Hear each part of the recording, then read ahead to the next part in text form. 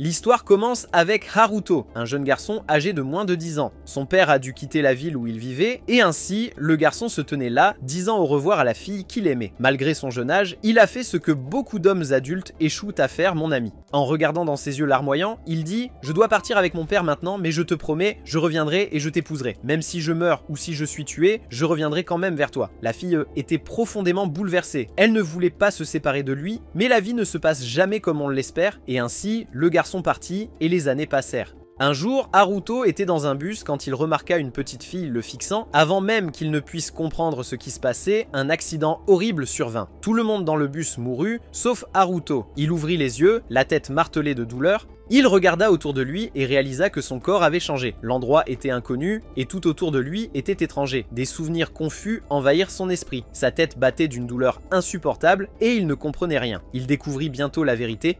Après sa mort, il avait été transporté dans un autre monde. Maintenant, il vivait sous un nouveau nom, Ryo. Un groupe de travailleurs entra dans la pièce où il se trouvait, portant un sac contenant quelque chose à l'intérieur. Ils l'ouvrirent et commencèrent à manger. Ryo, affamé, s'approcha, mais l'un des hommes lui lança « Éloigne-toi de moi, ton odeur gâche la nourriture. » Abattu, Ryo sortit et mangea quelques morceaux de fruits qu'il trouva par terre. Mais les souvenirs hantaient toujours son esprit. Deux corps, deux ensembles de souvenirs s'affrontant dans une seule âme, une voix résonnant sans fin dans sa tête. Essayant de se ressaisir, il murmura « Haruto est mort dans son monde. Je suis Ryo maintenant. Je dois continuer. Je n'oublierai jamais mon objectif. Je vengerai ma mère. » Il avait vu sa mère se faire assassiner sous ses yeux quand il n'était qu'un enfant. Il n'oublierait jamais ce moment et il avait juré de se venger. Perdu dans ses pensées, il fut interrompu par un groupe de filles en vêtements propres. Elles cherchaient une fille disparue et lui demandèrent s'il avait vu quelqu'un. Ryo le nia, disant qu'il ne savait rien, mais les filles ne le crurent pas et lui lancèrent des insultes. Puis une fille aux cheveux blancs s'avança avec une grâce douce et dit « Je suis désolé pour ce que ma sœur a dit, elles sont juste bouleversées parce que notre sœur a disparu. » J'ai besoin de quelques informations de votre part. Ryo admirait sa manière et lui dit calmement tout ce qu'il savait. La fille, nommée Celia, utilisa sa magie pour essayer de localiser sa sœur, mais elle ne put trouver aucune trace d'elle. Au lieu de cela, elle découvrit quelque chose d'inattendu. Ryo était le seul dans la région à avoir une énergie magique similaire à la leur. Elle ne savait pas comment il avait ce pouvoir, mais elle ne le questionna pas davantage. En remerciement pour l'information, elle lui remit un sac plein d'argent et prit poliment congé avec les autres. Ryo ouvrit le sac et sourit en voyant l'argent à l'intérieur. Il l'attacha rapidement autour de son cou et se précipita vers la cabane pour reprendre le travail. Mais au moment où il ouvrit la porte, un homme se jeta sur lui et le frappa violemment à la poitrine, le projetant au sol. Heureusement, le coup a frappé le sac attaché à sa poitrine et lui a sauvé la vie. Frustré que Ryo ait survécu, l'attaquant s'est approché pour l'achever. Ryo était terrifié, figé par la peur, incapable de bouger ou de penser clairement. Soudain, une étrange fille apparut devant lui. Elle lui attrapa doucement le visage et dit « Il n'y a pas de temps, tu dois éveiller tes pouvoirs maintenant ou nous mourrons tous les deux. » À cet instant, Ryo comprit, et puis cela arriva. Il se transforma en Haruto une fois de plus. Les souvenirs de sa première vie affluèrent. Ses compétences de combat, aiguisées et mortelles, revinrent instantanément. Il attrapa le criminel et lui brisa le crâne d'un coup net. Reprenant son souffle, il remarqua le sac d'argent bouger à côté de lui. Il l'ouvrit et à sa grande surprise, elle était là, la fille disparue. Elle tremblait, sa voix pleine de peur. « S'il vous plaît, emmenez-moi au château. Mon père vous récompensera si vous me ramenez. » Avant qu'il ne puisse répondre, elle s'évanouit d'horreur en voyant les cadavres autour d'elle. Ryo la souleva sur son épaule et partit à la recherche des filles pour la ramener en sécurité. Ils l'aperçurent de loin, mais alors qu'il s'approchait, l'une d'elles se précipita et le gifla au visage. « Tu nous as menti plus tôt. Tu as dit que tu ne savais rien, et maintenant tu la portes, espèce de kidnappeur.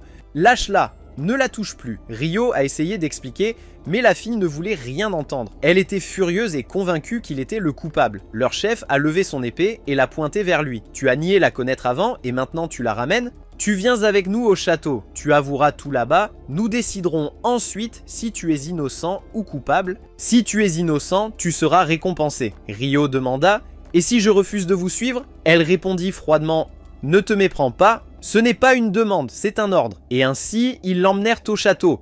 Pendant ce temps, la police est arrivée sur son lieu de travail et a arrêté le véritable criminel. Ils étaient sur le point de l'interroger lorsqu'un homme masqué est apparu et a dit « La mission a échoué ». Il a activé un petit appareil et juste comme ça, le criminel était mort. L'homme masqué a disparu, planifiant clairement quelque chose de bien plus sinistre. De retour au château, Vanessa emmena la princesse Flora à son lit pour soigner ses blessures. Ryo, cependant, fut jeté en prison pour être interrogé. Un garde l'enchaîna et dit « Écoute bien, soit tu avoues que tu as kidnappé la princesse, soit je te forcerai à parler. Mais Ryo était complètement innocent. Je n'ai kidnappé personne, répondit-il fermement. Le garde ne le croyait pas.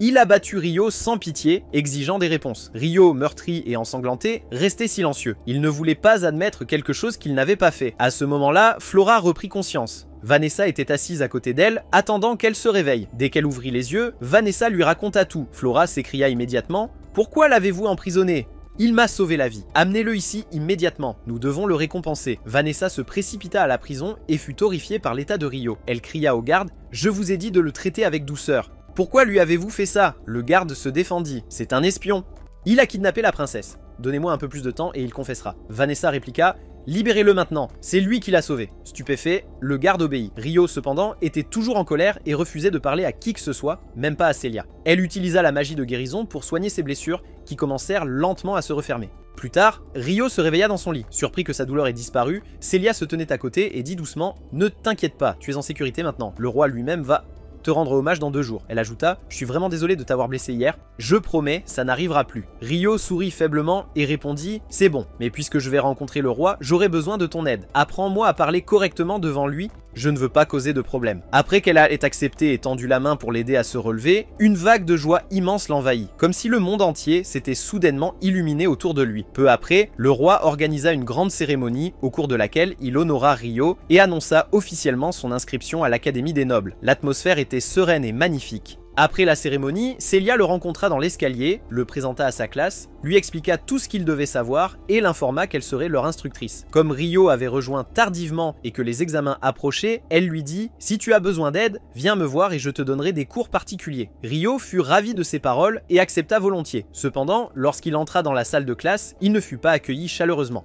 Tous ses camarades de classe venaient de riches familles nobles, et il ne comprenait pas pourquoi le roi permettrait à un paysan comme Ryo de fréquenter leur école. Ryo ne prêta aucune attention à leurs commentaires et prit tranquillement sa place. Plus tard, il est allé voir Celia pour étudier davantage, et les choses se sont bien passées à partir de là. Il a continué à étudier avec elle jusqu'à ce que le moment des examens arrive enfin. Pendant que Ryo se préparait, il se poussait très fort, ce qui inquiétait Celia. Elle a essayé de le convaincre de se détendre, lui rappelant qu'il était encore nouveau et que les notes n'étèrent pas tout. Mais Ryo l'a rassuré d'une voix calme « Je veux juste apprendre, c'est tout. » Les examens ont commencé et tout le monde les a pris au sérieux. Un mois plus tard, les résultats ont été affichés et tout le monde s'est rassemblé pour voir comment Ryo avait fait. À la surprise générale, Ryo s'est classé premier.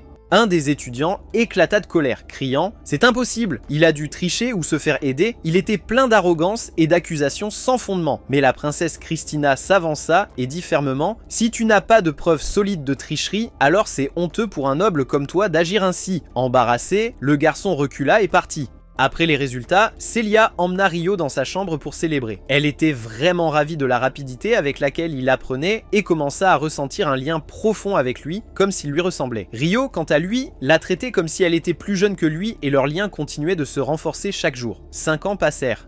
Un jour, l'instructeur d'escrime remarqua l'habileté de Ryo en escrime et le sélectionna avec 2 autres élèves pour représenter l'académie au prochain tournoi. Beaucoup s'opposèrent à la décision du professeur, mais il resta ferme et dit « Ryo participera et c'est définitif ». Avant le tournoi, alors que Ryo était avec Celia, elle lui demanda « Que comptes-tu faire après l'obtention de ton diplôme ?» Il fit une pause puis dit « Je quitterai ce pays. Je veux visiter la terre natale de ma mère, celle dont elle m'a parlé quand j'étais jeune. » Celia était visiblement attristée, mais elle ne le montra pas devant lui. Les jours passèrent, et le tournoi commença enfin. 3 étudiants devaient défier 3 chevaliers pour montrer ce qu'ils avaient appris. Le premier match était celui de Ryo. Lorsque l'arbitre appela son nom, un autre étudiant ricana et lui dit « Essaie de ne pas nous embarrasser, perd juste rapidement et quitte la scène. » Ryo l'ignora et entra dans l'arène. L'arbitre appela l'adversaire. « Charles, avance !» Ryo le reconnut immédiatement. C'était le même homme qui l'avait interrogé à son arrivée au château. Charles était toujours en colère. Son rang avait baissé après sa précédente rencontre avec Ryo et il avait été puni. L'arbitre donna le signal pour commencer le match. Charles lança une série d'attaques puissantes, ne laissant pas un instant de répit à Ryo. Attaque après attaque, Ryo parvenait à peine à se défendre et les spectateurs pensaient qu'il était fini. Mais ensuite, Ryo riposta soudainement, désarmant Charles avec aisance. L'arbitre était stupéfait et déclara Ryo vainqueur. Charles resta là, tremblant, criant « Je me retenais juste ! Donne-moi une autre chance et je ne serai pas indulgent. » Mais l'arbitre a crié « Ça suffit, tu as perdu loyalement devant tout le monde. Accepte ta défaite. » Charles a admis à contre-cœur sa défaite et est parti. Celia et l'instructeur étaient ravis pour Ryo et la foule était en admiration, sauf Charles. Ce soir-là, il s'assit à boire seul en murmurant « Ce garçon, il me rappelle mon jour le plus sombre. » Chaque fois que je le vois, je me sens humilié. Je ne veux plus voir son visage. » L'homme à côté de lui demanda « Le connais-tu depuis longtemps ?» Charles répondit « Te souviens-tu d'il y a 5 ans quand la princesse Flora a été kidnappée? C'est lui qui l'a sauvée. Et quand je l'ai interrogé, je l'ai frappé. Le roi m'a puni pour ça. » L'expression de l'homme changea. Des doutes sur Rio grandirent dans son esprit. Il commença à soupçonner que Rio pourrait être la même personne qui avait tué le criminel, et peut-être même quelqu'un qui planifiait de détruire la famille royale. Pendant ce temps, Celia se tenait sous un arbre, attendant impatiemment Rio. Soudain, une autre fille s'approcha de lui et lui confessa son amour. Rio ne répondit pas et la fille s'éloigna. Mais Celia avait tout vu et elle en fut profondément affectée. Il semblait qu'elle était tombée amoureuse de lui. Plus tard, alors que Celia examinait les formulaires de diplôme des étudiants, elle remarqua que Rio n'en avait pas soumis. Ses soupçons se renforcèrent. Elle réalisa qu'il ne prévoyait pas de rester dans le royaume et la tristesse envahit son cœur. Un nouveau semestre commença et Celia enseignait maintenant la magie.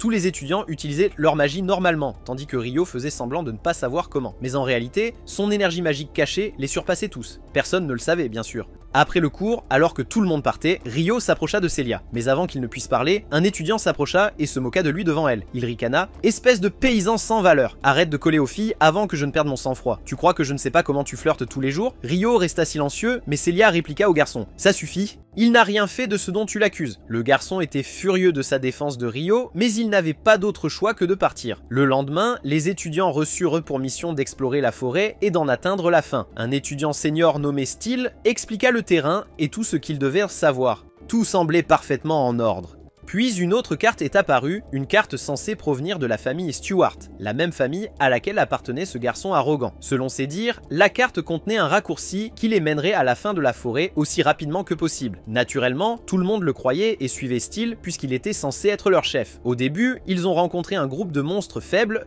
qu'ils ont rapidement éliminés en quelques secondes. Ils ont continué jusqu'à ce qu'ils atteignent une impasse. Tout le monde était confus. L'un d'eux a demandé « Où est le chemin ?» Chemin volé. Le garçon semblait vraiment perplexe, ne sachant pas ce qui se passait ni pourquoi le chemin avait disparu. Soudain, des monstres plus dangereux les ont attaqués par derrière. Tout le groupe était piégé. L'un des monstres frappa avec une lance et blessa la jambe du garçon, le faisant tomber au sol en criant. Dans le processus, il entra en collision avec la princesse Flora et la poussa accidentellement vers le bord de la falaise. À ce moment-là, Rio jeta tout ce qu'il portait et utilisa ses pouvoirs pour remonter la princesse, mais finit par tomber à sa place. Bien qu'il ne fût pas blessé par la chute, il ne savait pas comment il ferait face aux autres en revenant, ni comment il expliquerait ce qui s'était passé. Pendant ce temps, les autres étudiants se sont regroupés pour combattre le monstre et ont réussi à le vaincre. La jambe du garçon a été soignée peu après. Quand ils lui ont demandé ce qui s'était passé, ils ont dit « N'as-tu pas poussé la princesse Flora et failli la tuer ?» Il a tout nié, affirmant que Rio, le serviteur, était terrifié par les monstres et l'avait accidentellement bousculé, ce qui l'avait fait tomber sur Flora. Puis il a dit que parce que Rio se sentait coupable, il s'était jeté par-dessus le bord pour subir la punition. Quelle horreur! Où a-t-il même trouvé le culot d'inventer de tels mensonges? Pourtant, malheureusement, tout le monde le croyait, sauf Flora. Elle connaissait la vérité et voulait retrouver Rio à tout prix. Pendant ce temps, quelqu'un observait dans l'ombre, préparant un piège pour Rio afin de tester son véritable pouvoir et confirmer s'il était celui qui avait tué ce criminel dans le passé. Alors que les étudiants marchaient paisiblement, Rio était caché à proximité, écoutant les mensonges du porc et décidant de ne pas retourner en ville de peur de causer plus de problèmes. De plus, il ne s'était jamais senti à l'aise là-bas. Il pensait à partir depuis longtemps. Soudain, un monstre énorme et inconnu apparut devant les étudiants.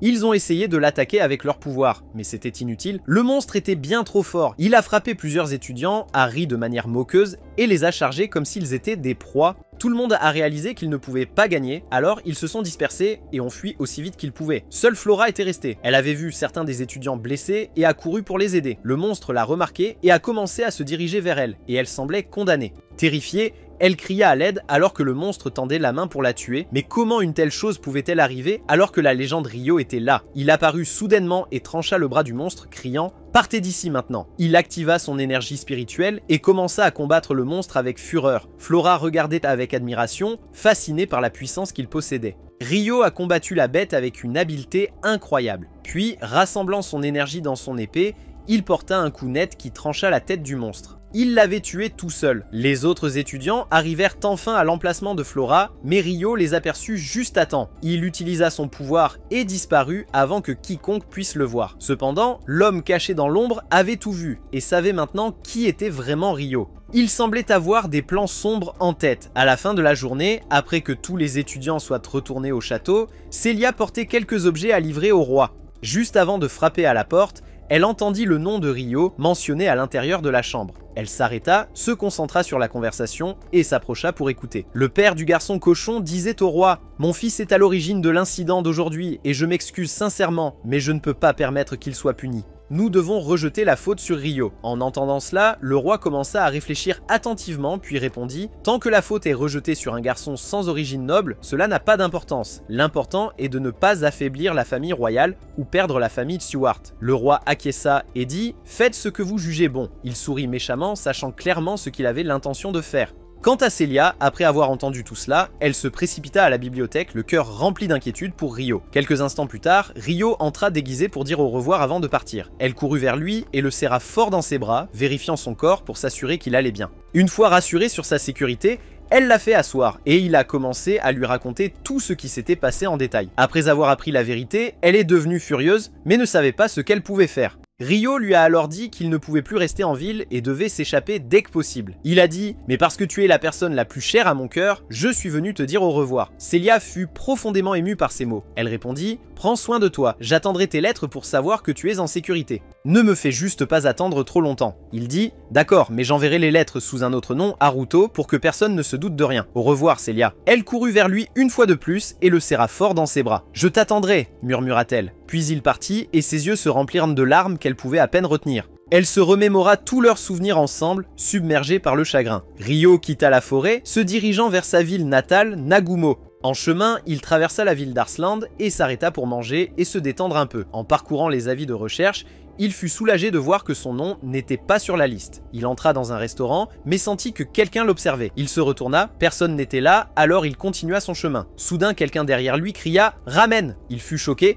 Ramen, ici? Il n'en revenait pas. Il s'est assis, a pris un bol et a demandé au propriétaire du restaurant « Où trouvez-vous vos ingrédients et épices ?» Le propriétaire a indiqué un magasin à proximité. Alors Ryo s'y est rendu et a acheté tout ce dont il avait besoin. Après cela, il envoya une lettre à Celia pour lui faire savoir qu'il allait bien et que tout se passait bien. Puis, il quitta la ville et reprit son voyage. Mais sur la route, il aperçut une fille allongée par terre. Alors qu'il s'approchait pour l'aider, elle le surprit avec une aiguille empoisonnée. Elle se leva et dit « Je vais te tuer ». Ryo laissa immédiatement tomber ses affaires et commença à se soigner en utilisant son pouvoir. « Je ne te laisserai pas me tuer ». Une bataille féroce éclata entre eux. La fille était incroyablement forte, maniant l'énergie des demi-bêtes et utilisant habilement la magie. Ryo ne savait pas comment la gérer au début et a essayé d'analyser son style, puis a réalisé qu'elle était entièrement concentrée sur un poignard spécifique. Alors, il a délibérément laissé une ouverture dans sa défense, la tentant de frapper. Lorsqu'elle s'était lancée, Ryo a frappé avec une force écrasante, l'a jetée au sol et l'a désarmée. « Tu as perdu !» lui a-t-il dit. Après que la fille ait été capturée, ses yeux ont soudainement changé. Elle a commencé à pleurer amèrement et a appelé sa mère pour qu'elle vienne la sauver. Ryo ne comprenait pas ce qui se passait et utilisa ses pouvoirs pour essayer de la calmer. Puis, elle s'évanouit, des souvenirs traversant son esprit, des souvenirs de ce qui l'avait menée à ce moment. Elle venait du même monde que Haruto, elle avait pris le même bus que lui avant sa mort. Après sa mort, elle s'est réveillée dans ce monde, mais en tant qu'esclave, forcée de servir le fils arrogant de Stuart. Ce garçon ignoble la tourmentait chaque jour, l'abattant jusqu'à ce qu'elle ne puisse plus résister. Autour de son cou se trouvait un collier d'esclave qui envoyait des décharges électriques dans son corps chaque fois qu'elle désobéissait à ses ordres. Quand Ryo vit le collier, il comprit que quelqu'un avait dû lui ordonner de le tuer, alors il concentra son esprit et commença à chercher un sort pour l'enlever. Après beaucoup d'efforts, il réussit et le collier fut enfin brisé. Latina se réveilla pour trouver Ryo debout devant elle, sa main tendue vers elle. La peur la submergea et elle se précipita pour atteindre les couteaux derrière lui. Mais Ryo dit calmement « N'essaie pas, cela ne sert à rien ce que tu fais. Je sais que tu as été forcé de suivre ses ordres et que tu as essayé de me tuer à cause de lui. Ne t'inquiète pas, tu es libre maintenant. » Il lui demanda de lui raconter ce qui s'était passé, et une fois qu'elle réalisa qu'elle ne serait plus blessée, ses yeux se remplirent de larmes. Elle éclata en sanglots et commença à tout lui raconter. Stuart lui avait ordonné de tuer Ryo dès qu'il quittait la ville en s'assurant qu'elle ne laissait aucune preuve derrière elle. C'est pourquoi son nom n'a jamais été inscrit parmi les recherchés.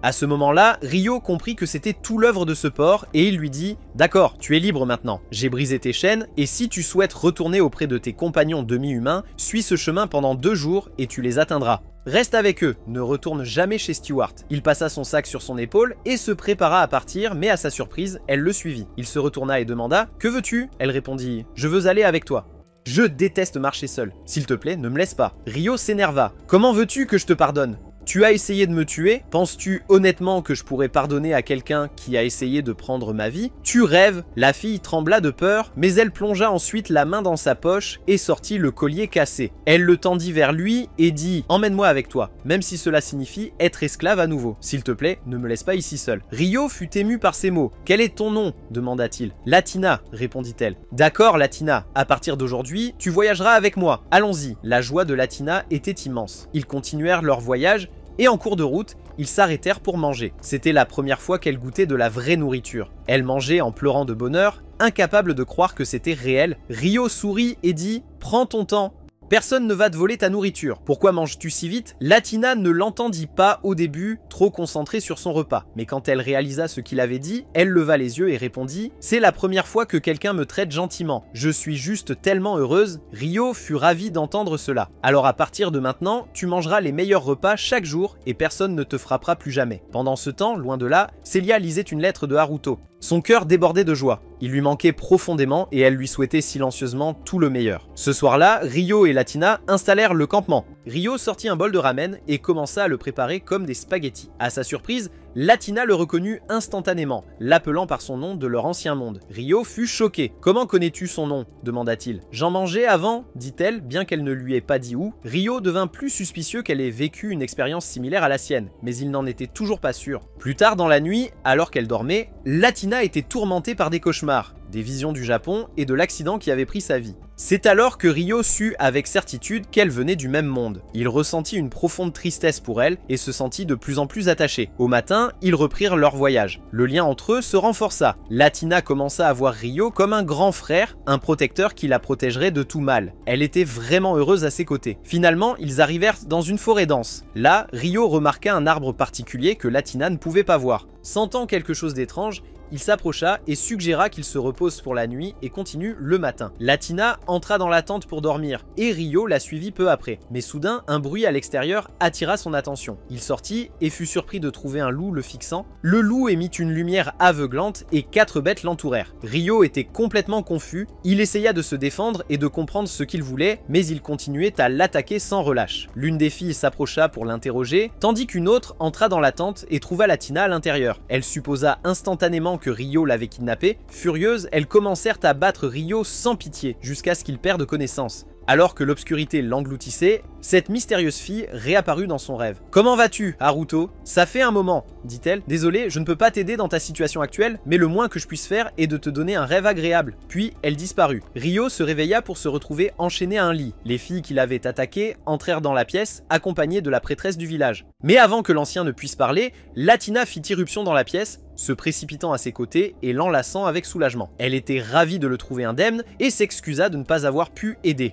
Elle a demandé qui lui avait fait ça. Réalisant leur grave erreur, les filles se sont excusées sincèrement. Elles l'ont détaché et l'aîné leur a ordonné de préparer une chambre confortable pour lui. Maintenant qu'il comprenait, il était innocent. La vieille prêtresse dit « Demain, je présenterai mes excuses formelles. Pour l'instant, repose-toi. » Rio acquiesça, toujours incertain de ce qui se passait. Le lendemain matin, il parla avec l'ancienne, lui demandant à propos de l'arbre mystérieux et pourquoi lui seul pouvait le voir. Elle expliqua « C'est à cause des esprits. Ceux qui ont la capacité de les utiliser peuvent y voir cet arbre. » « Utilises-tu des esprits, Rio ?» Il répondit « Quelque chose comme ça. » Ils entrèrent dans une chambre sacrée du village où 2 anciens les attendaient. Leur attitude était douce et ils parlèrent à Rio avec beaucoup de respect. D'abord, ils s'excusèrent pour la manière dont il avait été amené. Puis ils ont dit « Vous avez mérité une récompense pour avoir sauvé l'un des nôtres ?» Rio a répondu « J'aimerais que vous preniez soin de Latina. Elle s'est attachée à moi depuis notre rencontre, mais mon voyage est dangereux et je ne pourrai peut-être pas la protéger. » La vieille prêtresse s'est avancée. Nous avions déjà l'intention de le faire. « Choisis un autre cadeau, Rio. » Il répondit « Si vous avez quelqu'un qui peut m'enseigner l'art des esprits, je vous en serai vraiment reconnaissant. » Ils acceptèrent tous, considérez que c'est fait. Puis une femme entra dans la pièce.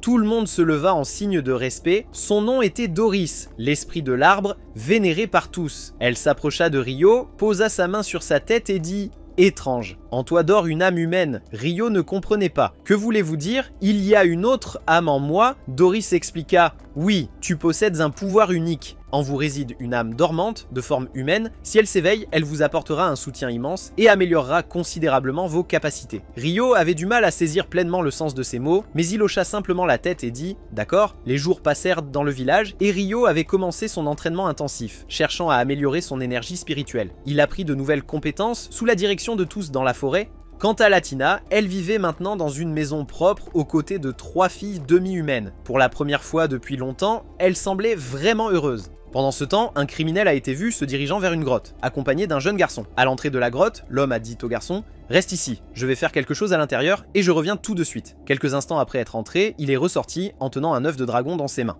Le garçon, déconcerté, demanda pourquoi il l'avait pris. L'homme répondit froidement « Cela ne te regarde pas. Je vais faire quelques expériences dessus. Juste porte-le et garde-le avec toi jusqu'à ce que nous atteignions la ville. » Le garçon obéit, bien que son anxiété soit évidente. Nerveusement, il demanda « Les dragons ne vont-ils pas nous poursuivre? Pourquoi avons-nous pris leur œuf ?» L'homme rit méchamment. « Détends-toi, personne ne nous trouvera. Nous sommes assez loin maintenant. » Mais en jetant un coup d'œil en arrière, son sourire s'effaça. Un essaim de dragons volait droit vers eux, leurs yeux débordant de fureur. À ce moment précis, Rio et Latina venaient d'être officiellement reconnus comme membres du village. Doris elle-même leur avait accordé le sceau d'appartenance. Une grande célébration fut organisée en leur honneur, remplie de joie et d'allégresse. Latina s'était parfaitement intégrée avec les autres filles et adorait vraiment sa nouvelle vie. Voyant cela, Rio décida qu'il était temps de lui annoncer son intention de partir. Ailleurs, le criminel et son compagnon s'étaient arrêtés sur un site près de la forêt. L'homme dit « Nous nous reposerons ici ce soir, prends cette pilule. » Je vais explorer la zone. Le garçon prit la pilule, bien qu'il ait l'air mal à l'aise. L'homme utilisa alors sa magie pour s'envoler vers le nid du dragon. Enfin, murmura-t-il pour lui-même, il est temps d'exécuter le plan. Pendant ce temps, Rio avait emmené Latina au fond de la forêt. Il voulait lui parler seul et partager sa décision. Latina marchait à côté de lui, souriant largement. « Retournons rejoindre la fête, » dit-elle. « Pourquoi nous éloignons-nous de tout le monde? Je dois te parler de quelque chose d'important, » répondit Rio. « Mais d'abord, j'ai une question. As-tu apprécié ta vie dans ce village? » « Apprécié ?» s'exclama-t-elle. « Je l'adore absolument. Tout le monde est gentil avec moi. J'ai des amis. La vie ici est paisible et chaleureuse. »« C'est merveilleux, » dit Rio en souriant. « Mais il y a quelque chose que je dois te dire. Je vais quitter le village pour continuer mon voyage seul. Je ne veux pas que tu sois blessé si quelque chose de mal arrive. » Latina se figea, son expression s'assombrissant rapidement de tristesse. « Non, dit-elle doucement, je ne te laisserai pas partir. Je veux venir avec toi. » Rio a essayé d'expliquer que son voyage était dangereux et qu'il pourrait ne pas être capable de la protéger, mais elle était dévastée et s'est éloignée sans un mot de plus. De retour en ville, les alarmes ont retenti alors que les dragons approchaient. Les gardes ont été mobilisés pour faire face à la menace. En même temps, le criminel a profité de l'absence des dragons pour s'introduire dans leur nid et a commencé à voler leurs œufs. Il était clair qu'il avait quelque chose de sinistre en tête. Certains demi-humains remarquèrent le jeune garçon et s'approchèrent pour l'interroger, mais il paniqua, libéra le faucon qui l'accompagnait et s'enfuit. L'une des filles tenta de l'abattre, mais le manqua. Il célébrait encore son échappée de justesse lorsqu'un dragon massif descendit devant lui. Son sort était scellé. Pendant ce temps, le criminel avait rassemblé tous les œufs de dragon et achevé sa mission. Il brisa ensuite la pilule qu'il avait donnée au garçon, qui tomba mort instantanément. L'œuf qu'il portait tomba au sol et roula jusqu'à s'arrêter devant Latina. Le dragon vit l'œuf brisé et, consumé par la rage, supposa que Latina l'avait détruit. Il se jeta sur elle avec une intention meurtrière. Une fille demi-humaine se précipita pour la protéger, mais que pouvait-on faire contre un dragon? Il les abattit toutes les deux d'un coup puissant. Elle gisait au sol impuissante. Au même moment, le village ressentit les secousses de l'attaque du dragon. Les célébrations s'arrêtèrent et tout le monde se précipita vers leur maison. Rio rencontra l'un des anciens du village sur le chemin et demanda ce qui se passait. « Les monstres attaquent !» dit le vieil homme. « La forêt est encerclée, nous devons fuir immédiatement. » Rio se souvint aussitôt que Latina était encore là-bas et sans hésiter, il se précipita pour la sauver. Ailleurs, la fille demi-humaine se cachait derrière un arbre, murmurant pour elle-même « Nous devons éloigner le dragon de la ville pour protéger les gens. » Mais comment? C'est du suicide. Latina, cependant, ne prêta aucune attention au danger. Déterminée, elle décida de distraire le dragon elle-même. Et en effet, la bête la suivit, déchirant les arbres, sa fureur implacable. Juste au moment où il semblait qu'il allait la tuer, Rio est arrivé. Il frappa le dragon et arracha Latina de son chemin, disant doucement « Reste ici ». Puis il se tourna pour faire face à la bête avec rien d'autre que ses mains nues. Ce qui suivit fut un affrontement éblouissant. Des coups volaient dans toutes les directions. La fille qui regardait de loin était émerveillée par la force écrasante de Rio. Elle pouvait à peine en croire ses yeux. Même le dragon était stupéfait. Il ouvrit la bouche pour libérer un souffle dévastateur, mais Rio fut plus rapide. Il la referma d'un coup, puis porta un coup écrasant qui fit tomber le dragon au sol sans vie. Quand les autres dragons virent leur chef tomber, ils paniquèrent et fuirent la zone. Latina courut vers Rio et le serra fort dans ses bras, des larmes de joie dans les yeux. Les autres filles arrivèrent, étonnées par la puissance que Rio avait montrée. Et ainsi, cette longue journée prit fin. Le lendemain matin, Latina avait commencé à accepter ce qui s'était passé. Elle a dit à Rio qu'elle avait décidé de rester au village, mais qu'elle l'attendrait. Elle lui a rappelé tout ce qu'il avait fait pour elle, puis a finalement décidé de révéler sa vérité. « Je sais que cela peut sembler fou, » commença-t-elle, « mais s'il te plaît, crois-moi, c'est la vérité. Je ne suis pas né dans ce monde, je suis né dans un autre monde appelé Terre. Je vivais dans un endroit appelé Japon, mais après un terrible accident, je me suis retrouvé ici, continua-t-elle. Tu te demandes peut-être pourquoi je me sens si proche de toi? C'est parce que tu es si gentil. Tu me rappelles quelqu'un que j'ai connu autrefois, quelqu'un de très cher pour moi dans mon monde précédent. Bien sûr, elle parlait de Ryo lui-même, cher lecteur. Je te crois, répondit Ryo doucement. Chaque mot que tu as dit, je le crois, ne t'inquiète pas. Il ajouta, au fait, je viens aussi du Japon. J'ai tout compris à ton sujet pendant que tu dormais, mais comme tu semblais encore incertaine, je n'ai rien voulu dire. C'est vrai, nous sommes les seuls deux de la Terre ici. Mais ne t'inquiète pas, je ne t'abandonnerai jamais. À partir de maintenant, tu es ma petite sœur, Latina. Latina était ravie après avoir entendu les mots de Haruto. Peu de temps après, Haruto commença à préparer son départ. En faisant ses adieux à tout le monde, des cadeaux affluèrent de toutes parts, au point qu'il ne savait même pas où les mettre. Son entourage débordait. Un vieil homme lui a remis un bracelet spécial en disant « Cela rendra tout plus facile pour toi ». En effet, le bracelet avait la capacité de stocker toutes ses affaires, ce qui a ravi Haruto grandement. Une fois tout prêt, il se mit en route vers la patrie de son père et de sa mère. Et ici, mon ami, commence un tout nouveau chapitre de cette histoire. Alors reste avec moi et profite de ce qui va suivre. Haruto est enfin arrivé à destination et a commencé à remarquer que tout le monde dans le village avait les cheveux noirs, tout comme lui. Pourtant, il ne savait pas à qui s'adresser ni comment commencer, alors il demanda à une fille là-bas de le guider vers le chef du village. Elle s'appelait Ruri et elle le conduisit à une femme âgée nommée Sai. Dès qu'il entra, elle lui demanda « Que veux-tu enfant? Tu n'as pas l'air d'être d'ici. » Haruto partagea son histoire avec elle et dit qu'il était venu pour en apprendre davantage sur les origines de sa famille. Il ajouta « Ma mère et mon père sont morts quand j'étais jeune, et je suis venu ici pour en apprendre sur leur passé. » La vieille femme demanda alors leur nom, et quand il les donna, son visage changea soudainement. Elle ordonna immédiatement à Ruri et à la fille qui l'accompagnait de quitter la pièce. Une fois qu'elles furent parties, elle regarda Haruto et dit « Je veux que tu me racontes toute ton histoire pour que je puisse tout te dire. » Haruto commença « Je vivais avec ma mère et mon père dans un endroit lointain, au cœur de la forêt, mais je n'ai jamais rencontré mon père. Il est décédé avant ma naissance, puis ma mère a été tuée quand j'étais encore enfant. Elle m'a promis une fois de m'emmener dans un endroit appelé Nagumo pour que je puisse en apprendre davantage sur nos racines et leur construire une tombe digne en hommage. » La vieille femme fut émue par ces mots et sourit, disant « Ne t'inquiète pas, je les connaissais bien, ils étaient très proches de moi. » Haruto fut stupéfait et demanda « Vous les connaissiez ?» Comment? C'est répondit « Parce que ton père était mon fils, et toi, tu es mon petit-fils, Haruto. Ne t'inquiète pas, nous avons construit 2 tombes pour eux dès qu'ils ont quitté le village. » Elle l'y emmena ensuite pour les voir. Alors qu'elle se tenait devant les tombes, la tristesse envahit son visage. Elle regarda Haruto et dit « Il y a longtemps, tes parents ont commis un crime grave. Beaucoup de gens ont commencé à les chasser et ils ont dû fuir le village. Pour les aider à disparaître, nous avons construit 2 fausses tombes afin que tout le monde croie qu'ils étaient morts et cesse de les chercher. » Haruto ne comprenait pas complètement, alors il lui a demandé pourquoi, mais elle a simplement dit « Je ne suis pas celle qui devrait te raconter le reste de l'histoire. » Elle est ensuite retournée chez elle, laissant Haruto seul près des tombes pour prier pour ses parents. Il s'assit dans une profonde tristesse, perdu dans ses pensées devant les tombes. Cette nuit-là, il retourna à la maison, changea de vêtements et alla dormir. Le lendemain matin, il commença à préparer de la nourriture, plaisantant avec ceux qui l'entouraient. L'air était calme et joyeux. Plus tard, Haruto rencontra un jeune homme nommé Shin, et les deux s'apprécièrent immédiatement. Ils décidèrent d'aller chasser ensemble. Haruto montra une grande habileté, attrapant tout ce qui se présentait à lui. Quant à Shin, il a à peine réussi à attraper quoi que ce soit. Ce soir-là, Haruto a trouvé ses vêtements sales et a créé un bain en utilisant ses pouvoirs. Il y est entré pour se nettoyer et en sortant, Ruri et Alma l'ont vu. Elles ont été stupéfaites par son apparence propre et ont demandé « Comment es-tu sorti aussi propre ?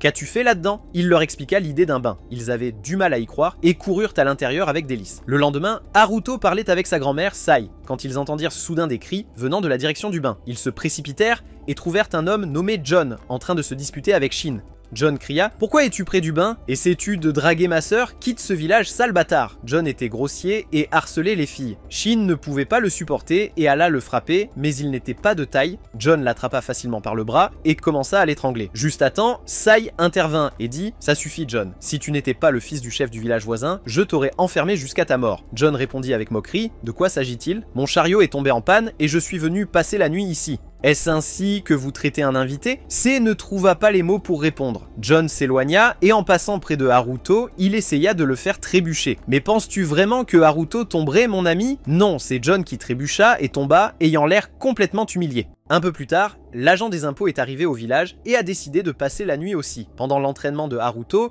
Ruri et Alma regardaient, émerveillés par sa force et sa carrure. Elles lui ont demandé « Pourquoi t'entraînes-tu comme ça tous les jours ?»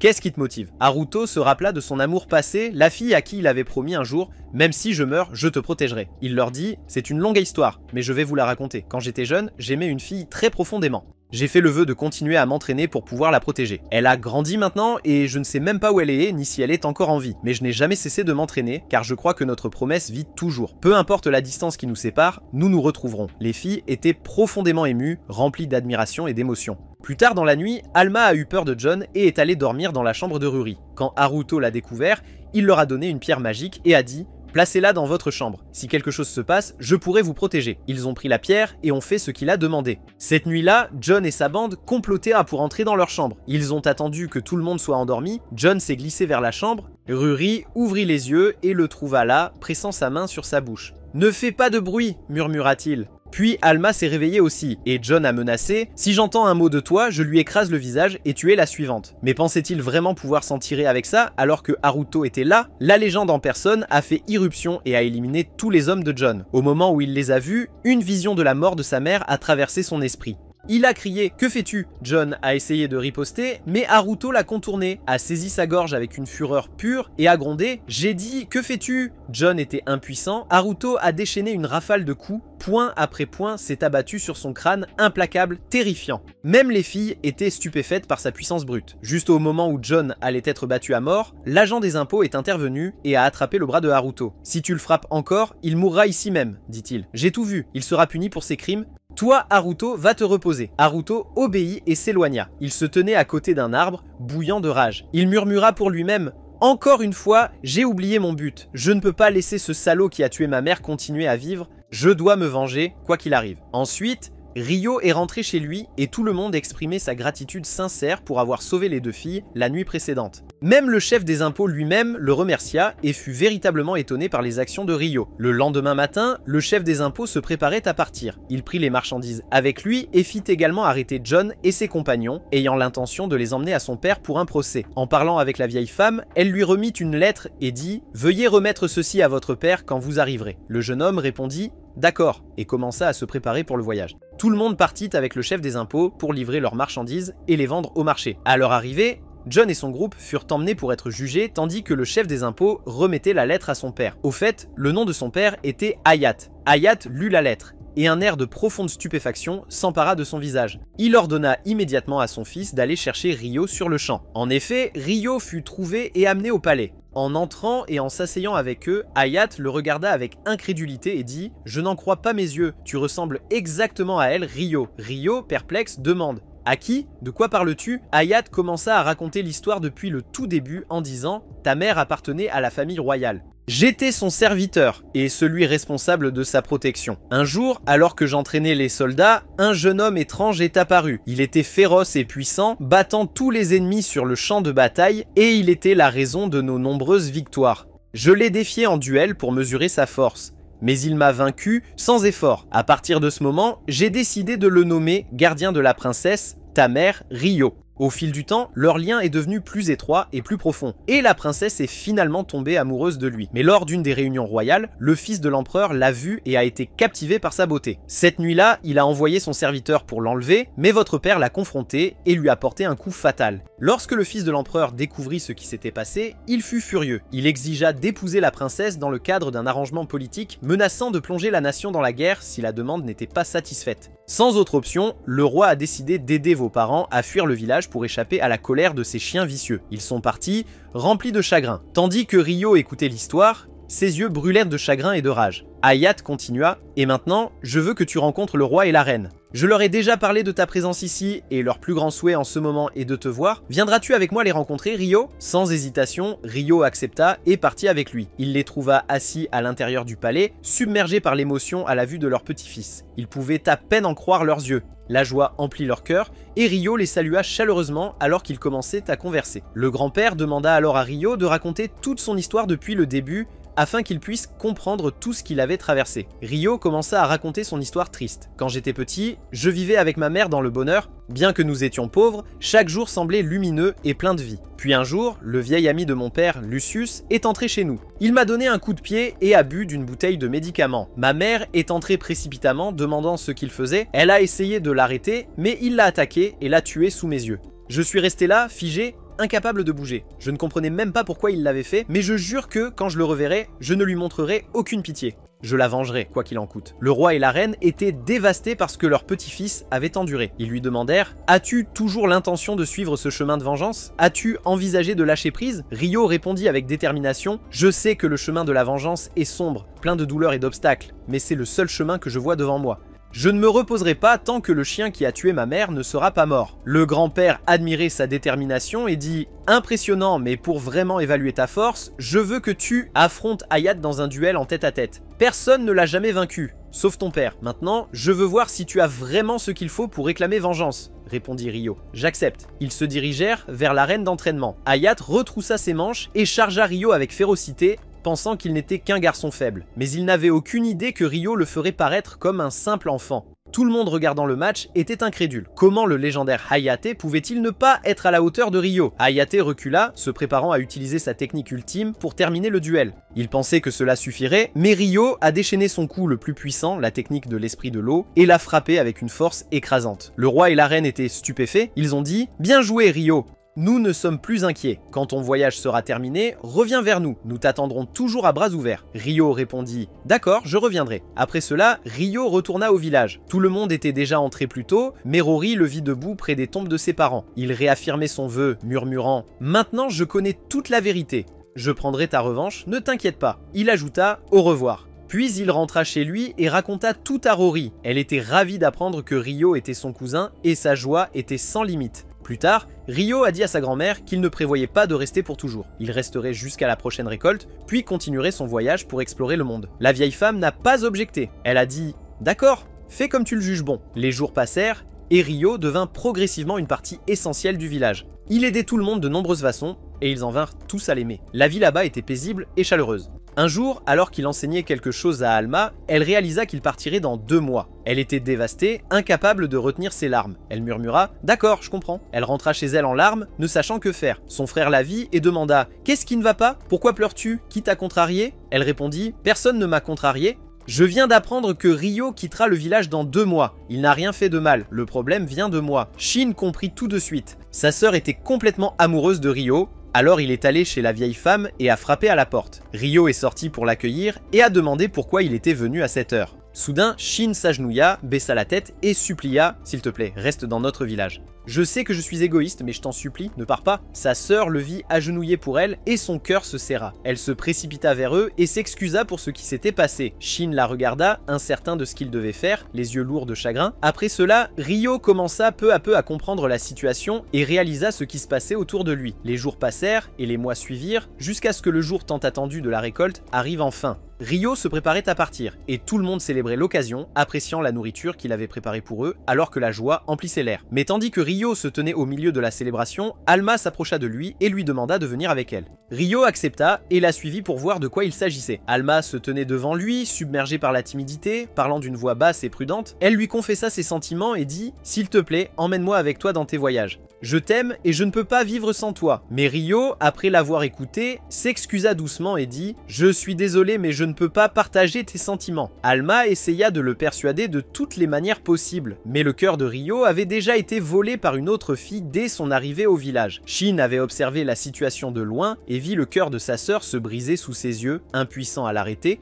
Le lendemain matin, Ryo commença à préparer ses affaires et se prépara à partir. Il fit ses adieux à tout le monde et tous étaient attristés par son départ. Mais Alma ne vint pas lui dire au revoir, ce qui le rendit encore plus triste car il sentait qu'il lui avait brisé le cœur. En quittant le village, il la trouva là, l'attendant. Elle dit avec un sourire teinté de tristesse « Je sais que tu ne m'aimes pas maintenant, mais crois-moi, je n'abandonnerai pas. Je continuerai d'essayer jusqu'à la toute fin, je ne me lasserai jamais. Tu dois juste faire de ton mieux pour suivre mon rythme, Ryo. À bientôt. » Ryo sourit à ce moment-là, heureux qu'elle ait retrouvé sa force, et répondit avec un sourire « À bientôt ». Puis il continua son voyage jusqu'à la ville des demi-humains où il rencontra Latina. La fille était ravie de le voir revenir, complètement plongée dans le bonheur. Ryo salua tout le monde et leur dit qu'il était de passage et avait décidé de rendre visite. Il a également mentionné qu'il prévoyait de construire une petite maison pour y séjourner lors de ses visites, et tout le monde a accueilli l'idée et a proposé d'aider. Ryo est rentré chez lui et a fait une courte sieste. Et soudain, il s'est réveillé pour trouver une fille dormant à côté de lui. Il a crié, et les filles se sont précipitées dès qu'elles ont entendu sa voix, témoignant de la scène de leurs propres yeux.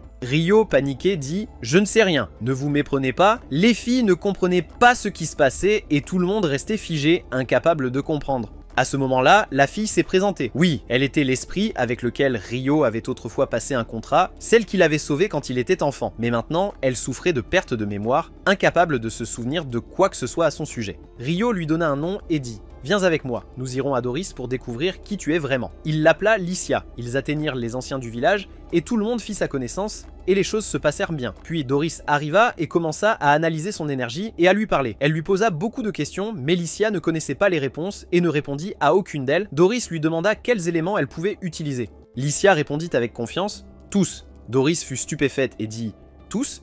Tu plaisantes ?» Mais Lycia réaffirma « Oui, je les utilise tous ». Doris ne pouvait pas croire ce qu'elle entendait et demanda à Ryo de la tester. Ils sortirent et le combat commença. Au début, Ryo a essayé le combat rapproché, et Lycia l'a égalé habilement, se déplaçant prudemment comme si elle avait peur de le blesser. Puis elle a essayé d'utiliser tous les éléments, ne plaisantez pas. Elle pouvait vraiment utiliser chaque élément avec une immense puissance spirituelle, disparaissant même soudainement de la vue. C'était vraiment étonnant. Doris est intervenue à la dernière minute et a arrêté le combat avant qu'il ne détruise la forêt. Puis elle a commencé à expliquer davantage sur les esprits et leur nature. Après cela, tout le monde est resté là pendant un certain temps, apprenant davantage sur les capacités de chacun. Les jours passèrent, et les mois suivirent, jusqu'à ce que Ryo termine son séjour là-bas et décide de continuer son voyage. Les villageois lui offrirent un ensemble de cadeaux, y compris une épingle à cheveux qui lui permettait de changer la couleur de ses cheveux à volonté, et une boussole magique qui le ramènerait instantanément à la forêt. Il dit au revoir à Latina et à tous les autres, puis reprit son voyage. Son plan était de passer par le royaume où il avait étudié enfant pour saluer Célia, surtout puisqu'il ne lui avait pas envoyé une seule lettre en 2 années complètes. À ce moment-là, Célia se tenait dans le jardin tenant la dernière lettre de Ryo, profondément attristée, blessée par le silence dans lequel il l'avait laissée. Charles, le jeune homme intrusif, la vit et commença à s'approcher avec ses mots habituels. Il était clair qu'elle était fiancée à lui, mais il s'approchait d'une manière agaçante qu'elle pouvait à peine tolérer. Pendant ce temps, Ryo était arrivé en ville déguisé avec Lisha pour que personne ne les reconnaisse.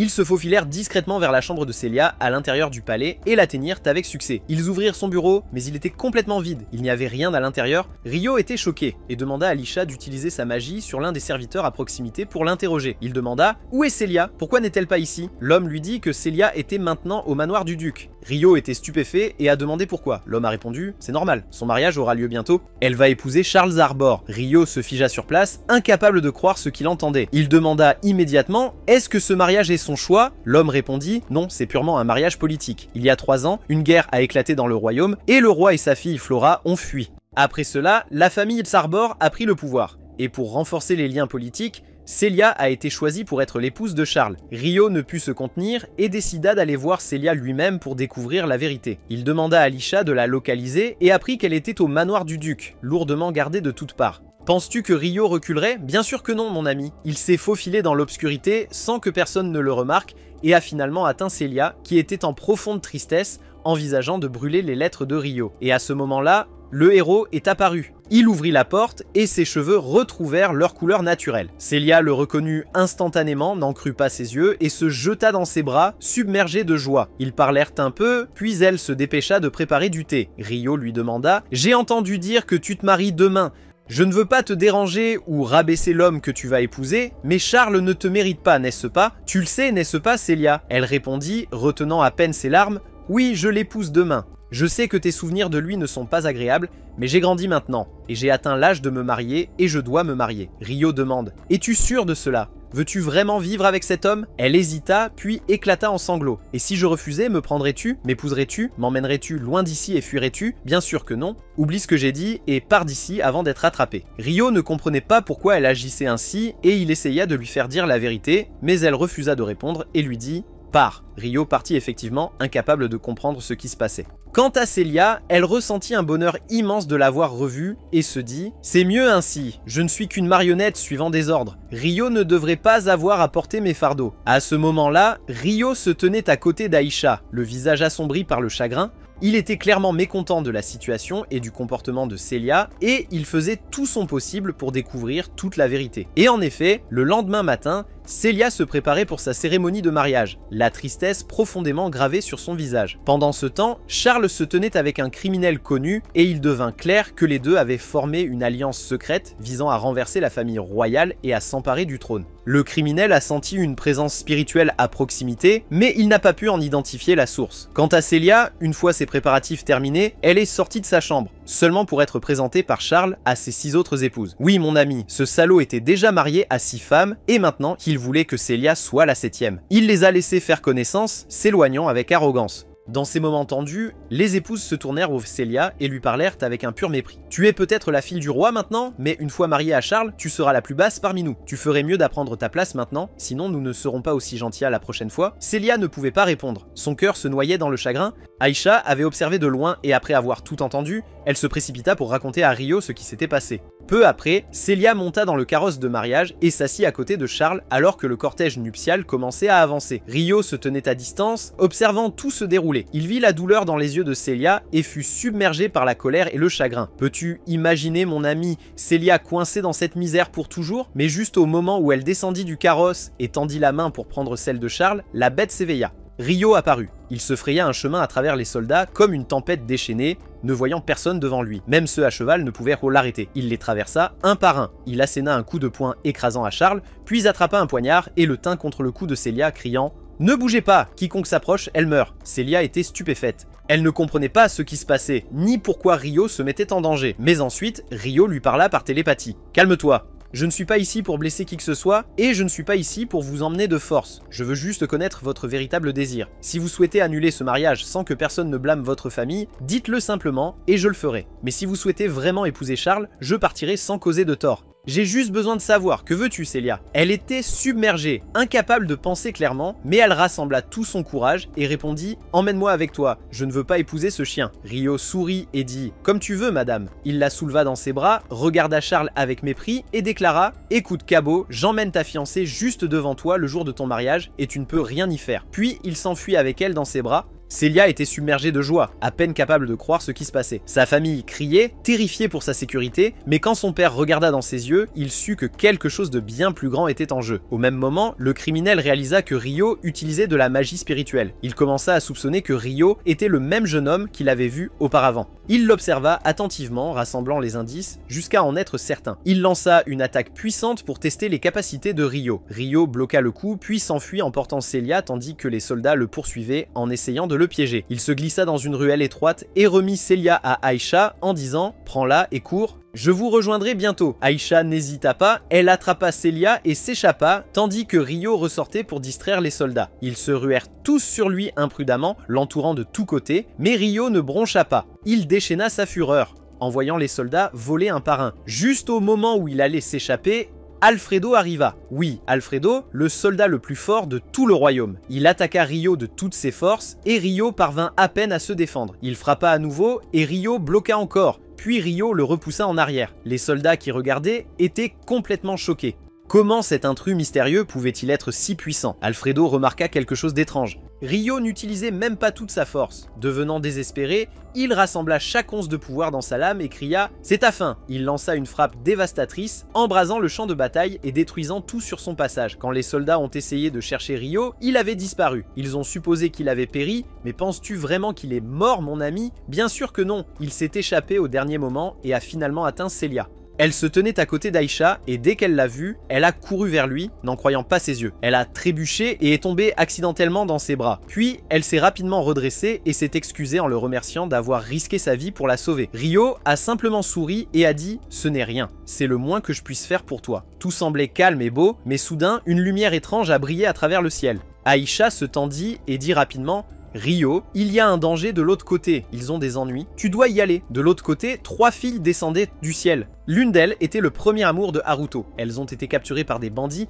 qui prévoyaient de les exécuter. Peux-tu imaginer si l'une d'elles devait mourir aujourd'hui? Pas question mon ami. Rio arriva juste à temps. Il entendit les filles parler en japonais et réalisa instantanément qu'elles venaient de son monde. Il anéantit les bandits et courut déverrouiller la porte où les filles étaient piégées. Il demanda si quelqu'un d'autre était à l'intérieur et elles pointèrent vers un autre wagon. Il se précipita et le déverrouilla puis boum, il s'est figé de stupeur. Oui, Ryo l'a reconnu, sa bien-aimée, il n'en croyait pas ses yeux. Qu'est-ce qu'il avait amené ici? Quel choc! Et c'est là, mon ami, que cet épisode se termine. Si vous avez aimé la vidéo, n'oubliez pas de liker et de vous abonner. Bienvenue dans la deuxième saison de Haruto's Tale, également connue sous le nom de Ryo dans l'autre monde. Si vous n'avez pas regardé la première saison, je vous laisserai le lien. Commençons maintenant. Après que Haruto ait rencontré la fille qu'il aimait, il n'en croyait pas ses yeux. Qu'est-ce qu'il a amené ici? Après les avoir sauvés, Ryo a continué à marcher avec le groupe, parlant à Aishia. « J'ai terminé la tâche !» J'ai protégé ceux que tu m'as demandé de protéger. Elle accepta de le rencontrer à nouveau bientôt et répondit « La prochaine fois, je viendrai avec Celia aussi. » À ce moment-là, Miharu se tourna vers Ryo et dit sincèrement « Merci de nous avoir sauvés. » Il répondit calmement « J'ai seulement fait ce que je devais faire. Il n'y a pas besoin de me remercier. » À partir de ce moment, Miharu commença à se présenter à lui. Le cœur de Ryo était rempli d'anxiété. Il craignait que révéler son vrai nom ne déclenche ses souvenirs de leur enfance,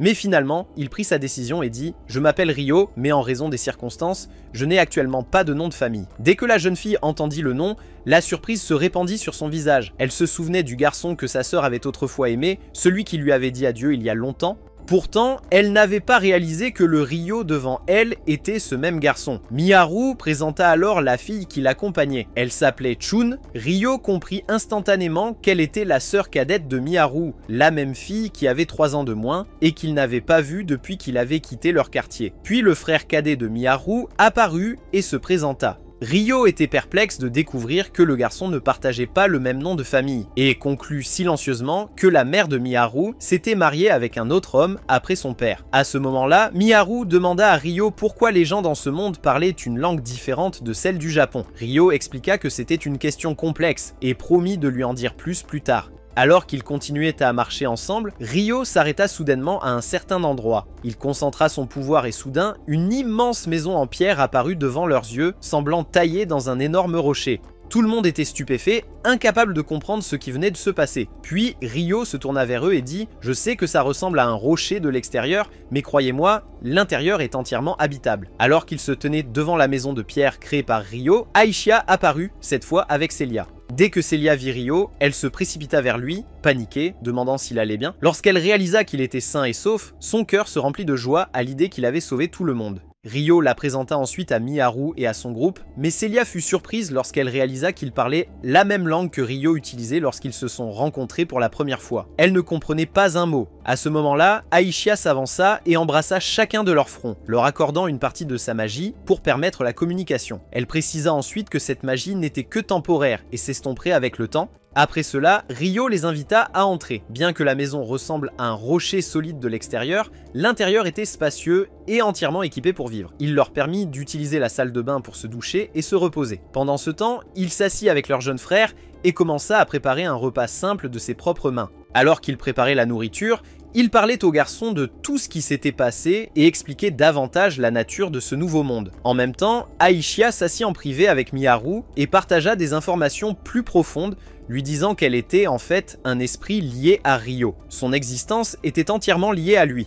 Plus tard, alors que tout le monde se rassemblait autour de la table, Ryo commença à expliquer ce qui s'était réellement passé. Il dit que tout ce qu'ils avaient vécu était le résultat de la magie d'invocation. Il précisa que ce type de magie était incroyablement rare et ne pouvait être exécuté que par quelques individus. La personne qui la lance doit utiliser presque toute son énergie magique pour transférer des gens d'un monde à un autre. Cela signifie que quiconque les a invoqués doit posséder un pouvoir surnaturel et un niveau magique au-delà des limites humaines, à moins qu'il ne soit pas humain au départ. Miharu leva les yeux vers lui, le visage rempli d'inquiétude, et demanda s'il y avait un moyen de retourner dans leur monde. Ryo répondit honnêtement qu'il ne pouvait pas encore lui donner de réponse définitive, mais promit de faire tout son possible pour trouver un moyen de les ramener. Puis, il révéla une partie de son propre secret. Lui aussi venait du Japon, mais contrairement à eux, il n'était pas arrivé dans son propre corps. Au lieu de cela, il s'était réveillé dans le corps d'un nouveau-né dans ce monde. Et depuis, il avait vécu une nouvelle vie depuis le début. C'est pourquoi, expliqua-t-il, leur chance de retourner était bien plus grande que les siennes. À ce moment-là, Celia rejoignit la conversation.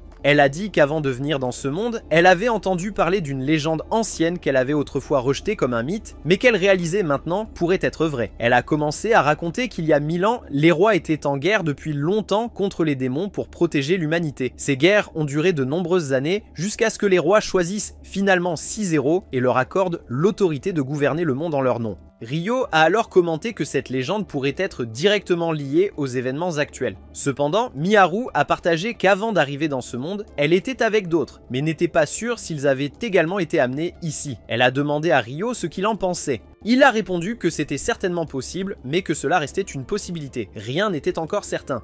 Cette nuit-là, Aishia a demandé à Ryo si elle pouvait dormir à côté de lui. Elle a expliqué que son pouvoir magique était fondamentalement tiré de son énergie, et que son existence même était directement liée à lui. Par conséquent, il vaudrait mieux pour elle de rester près de lui, surtout en dormant. Mais Ryo refusa fermement, disant que ce ne serait pas approprié. Voyant à quel point il était sérieux, Aishia choisit de rester silencieuse. À la fin, elle a décidé de dormir à côté de Miharu à la place, disant que sa magie était extrêmement faible et que rester près d'elle pourrait aider. Et ainsi, tout le monde est allé se reposer à sa place pour la nuit. Le lendemain matin, Ryo s'est réveillé perdu dans une tempête de pensées, se parlant à lui-même « Je n'aurais jamais imaginé rencontrer à nouveau Miharu dans ce monde. Comment réagirait-elle si elle découvrait que je suis la même personne ?» Ryo, le garçon qu'elle a autrefois connu. Tous les souvenirs que nous avons partagés pourraient revenir en force, mais la vérité est que je vis maintenant sous une identité différente. Je suis Ryo ici, mais j'étais autrefois Haruto, et Haruto est mort dans le monde réel. C'est pourquoi je dois continuer sur ce chemin jusqu'à ce que je trouve celui qui a assassiné ma famille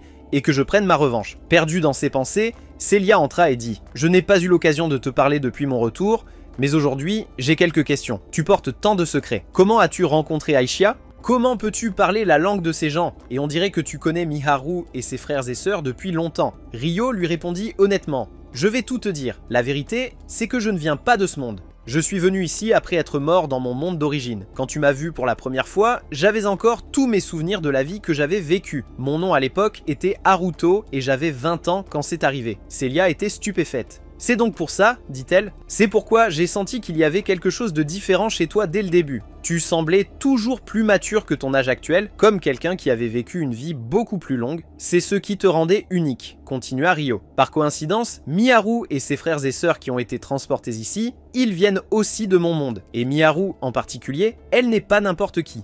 Elle était mon amour d'enfance. La fille à qui j'avais promis de revenir et de l'emmener avec moi quand je serai grand. En entendant cela, Célia s'ouvrit enfin sur ce qui la troublait vraiment. Elle avoua qu'elle s'inquiétait constamment pour son père et ne savait même pas s'il était en sécurité. Ryo essaya de la réconforter et lui suggéra de lui écrire pour prendre de ses nouvelles, mais en utilisant un pseudonyme pour ne pas être découverte, tout en lui faisant parvenir son message. Cette nuit-là, nous voyons Charles assis avec Rhys, tous deux discutant des événements étranges qui se déroulent autour d'eux. Rhys a dit « Je ne m'attendais pas à ce que ta fiancée soit enlevée si soudainement », mais Charles, essayant de paraître calme, a répondu « Il n'y a pas de quoi s'inquiéter, nous avons réussi à éliminer les bandits. » Le problème maintenant est que nous n'avons aucune information sur l'endroit où se trouve Célia. Pire encore, toutes nos recherches n'ont rien donné, donc nous devrons fermer les frontières du royaume jusqu'à ce que nous trouvions une nouvelle piste. Le doute commença à s'insinuer dans la voix de Rhys. Peut-être que c'est Ryo et son esprit Aishia. Peut-être qu'ils sont ceux qui la cachent. Charles répondit sérieusement, cela devient clair maintenant. La prophétie légendaire est en train de se réaliser. Celle qui prédit la venue d'un héros dans notre royaume. Je demanderai personnellement à mon père de les mettre sous surveillance jusqu'à ce que je sois sûr. Rhys le regarda, tendu. J'espère vraiment qu'ils sont loyaux envers votre royaume, Beltrum. J'ai le sentiment que vous posséderez bientôt une autre pierre sacrée, et cela pourrait complètement faire pencher la balance du pouvoir en votre faveur. Charles confirma, tu as raison. La pierre est maintenant avec la princesse Flora et le duc. Je suis sûr qu'ils accueillent actuellement le héros qu'ils ont invoqué. Ailleurs, nous trouvons un jeune homme mystérieux, traité comme un héros légendaire dans le palais royal, bien qu'il ne comprenne rien à ce qui se passe. Ce qui était étrange, c'est qu'il appréciait réellement cela, comme s'il vivait un fantasme. Une des personnes à côté de lui a dit « Vous pouvez demander tout ce que vous souhaitez et cela vous sera accordé, sans poser de questions. » Le jeune homme avait l'impression d'être dans un roman étrange. Il se souvenait de la dernière chose qui s'était passée dans son ancien monde. Comment il était simplement allongé dans son lit, menant une vie ordinaire, quand soudain un immense cercle magique est apparu sous lui et l'a transporté ici. À son réveil, il était entouré de soldats et se tenait devant lui la princesse Flora et son fidèle gardien, Gustave. Surpris, il cria « Qui êtes-vous ? Que se passe-t-il en ce moment ?» Flora s'avança et se présenta. « Je suis la deuxième princesse de ce royaume. Voici Gustave, mon fidèle protecteur. » C'est alors que le jeune homme réalisa qu'il avait vraiment été transporté dans un monde différent. Flora le regarda et dit « Il est clair que tu es le héros choisi prédit par la grande prophétie des 6 rois. » C'était la même prophétie que Ryo avait mentionnée plus tôt. Elle commença à lui raconter l'histoire, bien qu'il n'en comprenne pas grand-chose. Puis Flora ajouta « La plus grande preuve que tu es le héros est l'épée que tu tiens. » Le garçon baissa les yeux, surpris. Il y avait effectivement une épée dans sa main qu'il n'avait même pas remarquée auparavant. Voyant l'opportunité, il décida de jouer le jeu et se présenta comme Sakana. Et à partir de là, les négociations commencèrent entre lui et le royaume. Et au fond de lui, il était déterminé à en sortir victorieux. En parlant avec eux, Sakana a réalisé que la raison pour laquelle il avait été amené ici avait quelque chose à voir avec la pierre que possédait la princesse Flora. Il leur a demandé directement s'ils avaient un moyen de le renvoyer dans son monde d'origine, insistant sur le fait que ce qui lui était arrivé était rien de moins qu'un enlèvement. Flora a répondu honnêtement, disant qu'elle ne savait pas si c'était possible. Gustave intervint alors pour calmer la tension, lui assurant qu'il comprenait mal la situation et que Gustave lui-même expliquerait tout. Pendant ce temps, Ryo volait dans les cieux avec Miharu, la portant dans ses bras. Elle était à la fois émerveillée et bouleversée. C'était la première fois qu'elle expérimentait le vol. Cela lui semblait surréaliste, comme si elle rêvait plutôt qu'éveillée. De l'autre côté, Celia était assise avec Aishia, posant des questions sur Ryo, essayant de mieux le comprendre. Elle a dit « Il a toujours semblé mystérieux et difficile à cerner. » Mais Aishia a répondu « Je sais tout de lui, nous partageons des souvenirs et une conscience. » Nous possédons une seule âme, cela fait de moi la personne la plus proche de lui. Sa confiance en les gens, elle est revenue grâce à toi. Tu as été la première à tendre la main pour l'aider. À ce moment-là, Ryo et Miharu arrivèrent près du royaume. Avant d'atterrir, il changea la couleur de ses cheveux pour dissimuler son identité afin que personne ne le reconnaisse. Puis il sortit un collier magique et le tendit aux autres, expliquant qu'ils pouvaient l'utiliser pour changer la couleur de leurs cheveux aussi, afin de se promener en toute sécurité sans attirer l'attention. Ils descendirent dans le marché et commencèrent à explorer, achetant des vêtements et d'autres marchandises. Miharu était remplie de joie, à peine capable de croire ce qu'elle vivait. En rentrant chez lui, Ryo s'est assis avec eux et a dit à Miharu qu'il avait longuement cherché leurs amis disparus, mais qu'il n'avait trouvé aucune trace d'eux. Il a expliqué que le scénario le plus probable était qu'eux aussi avaient été invoqués dans ce monde en tant que partie des 6 héros mentionnés dans la prophétie. Miharu était bouleversée par la nouvelle, submergée par l'anxiété. Elle ne savait plus si ses amis étaient en sécurité ou si leur destin avait déjà pris une tournure sombre. Le lendemain matin, Ryo décida de partir. Il fit ses adieux à tout le monde et confia à Aishia le soin de veiller sur tout le monde à la maison. Puis, utilisant ses techniques uniques, il se téléporta et disparut en un clin d'œil, arrivant au village des esprits. Dès que ses pieds touchèrent le sol, Latina apparut, ayant ressenti son énergie de loin. Ses yeux s'illuminèrent de joie en le voyant à nouveau. Bientôt, le reste des filles suivit, toutes se précipitant vers lui, submergées de bonheur de pouvoir le revoir. Ryo leur dit qu'il était venu pour une affaire urgente et qu'il devait consulter les anciens du village sur quelque chose de grande importance. Il demanda aux filles de l'aider à organiser une réunion. Elles le guidèrent vers le conseil des anciens, où Ryo s'assit devant eux et commença à raconter tout ce qui s'était passé. Il a dit « Les 6 piliers se sont soudainement illuminés et à ce moment précis, 3 personnes d'un autre monde sont apparues. Je crois qu'elles sont liées à l'ancienne légende, celle des 6 héros annoncés pour venir et sauver ce monde. » Un des anciens a demandé avec surprise « Et pourquoi croyez-vous qu'ils viennent d'un autre monde ?» Ryo a répondu avec assurance « Parce qu'ils vivent actuellement chez moi. Je les protège et ils ne savent encore rien de ce monde. Je suis également convaincu que 2 autres ont été accidentellement entraînés pendant le processus d'invocation et se sont perdus en chemin. » Un autre ancien se leva, stupéfait. « Tu as vraiment réussi à communiquer avec eux ?» Ryo hocha la tête. « Et comment as-tu compris leur langue ?» Ryo répondit calmement.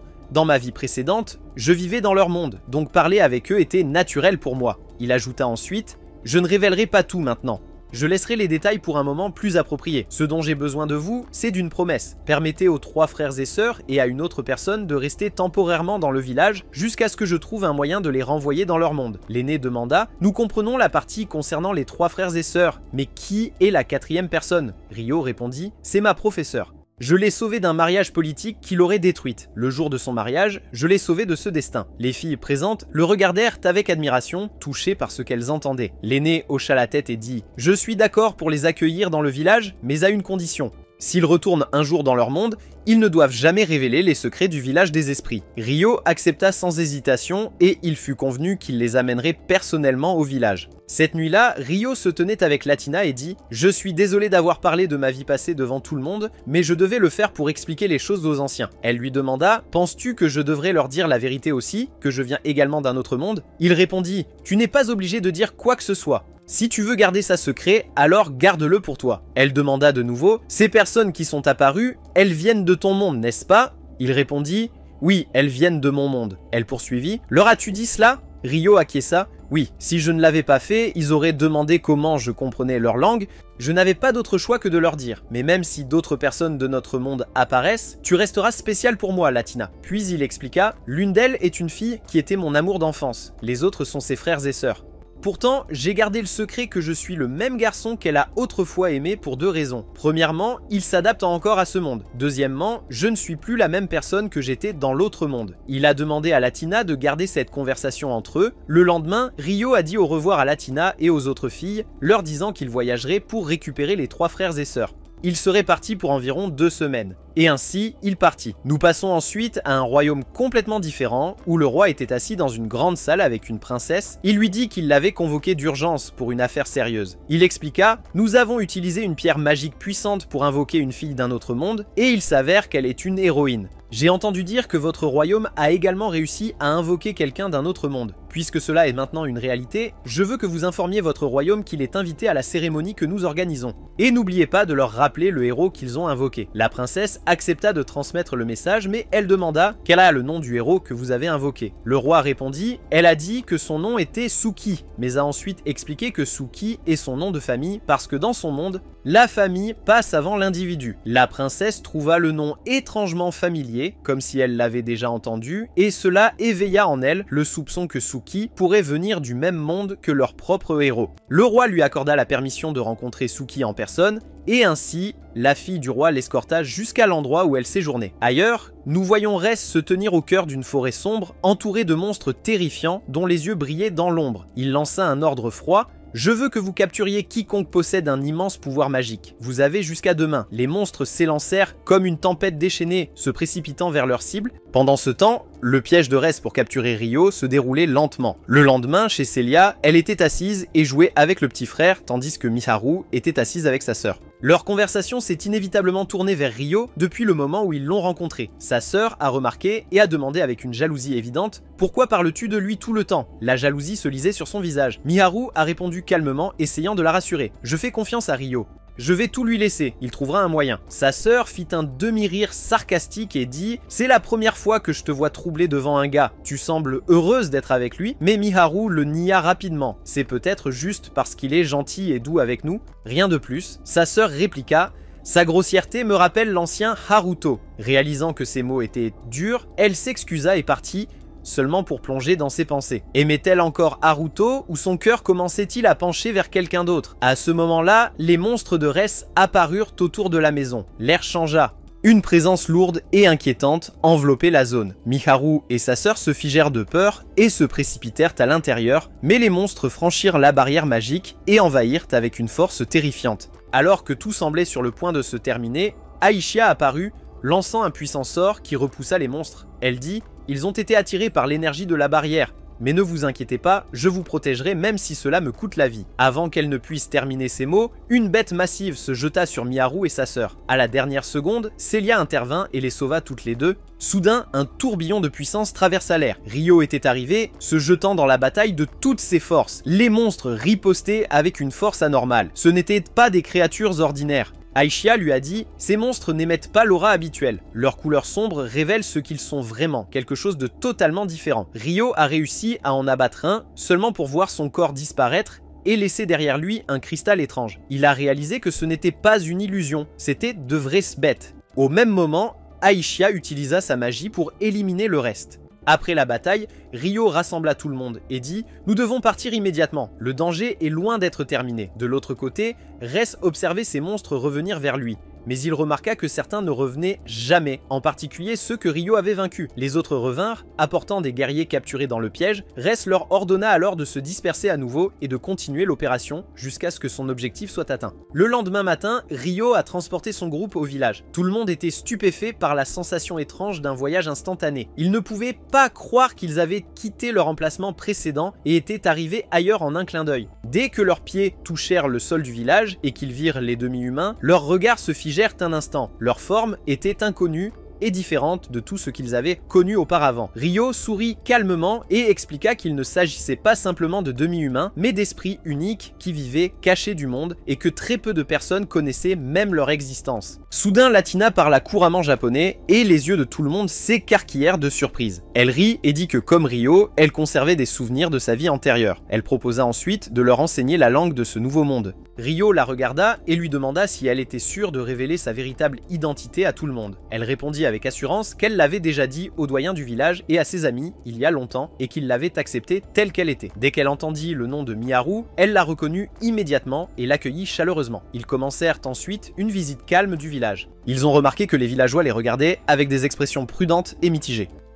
La curiosité mêlée de peur, Ryo expliqua que le village avait été isolé du monde humain pendant longtemps et que ses habitants étaient naturellement réservés lorsqu'ils traitaient avec des étrangers.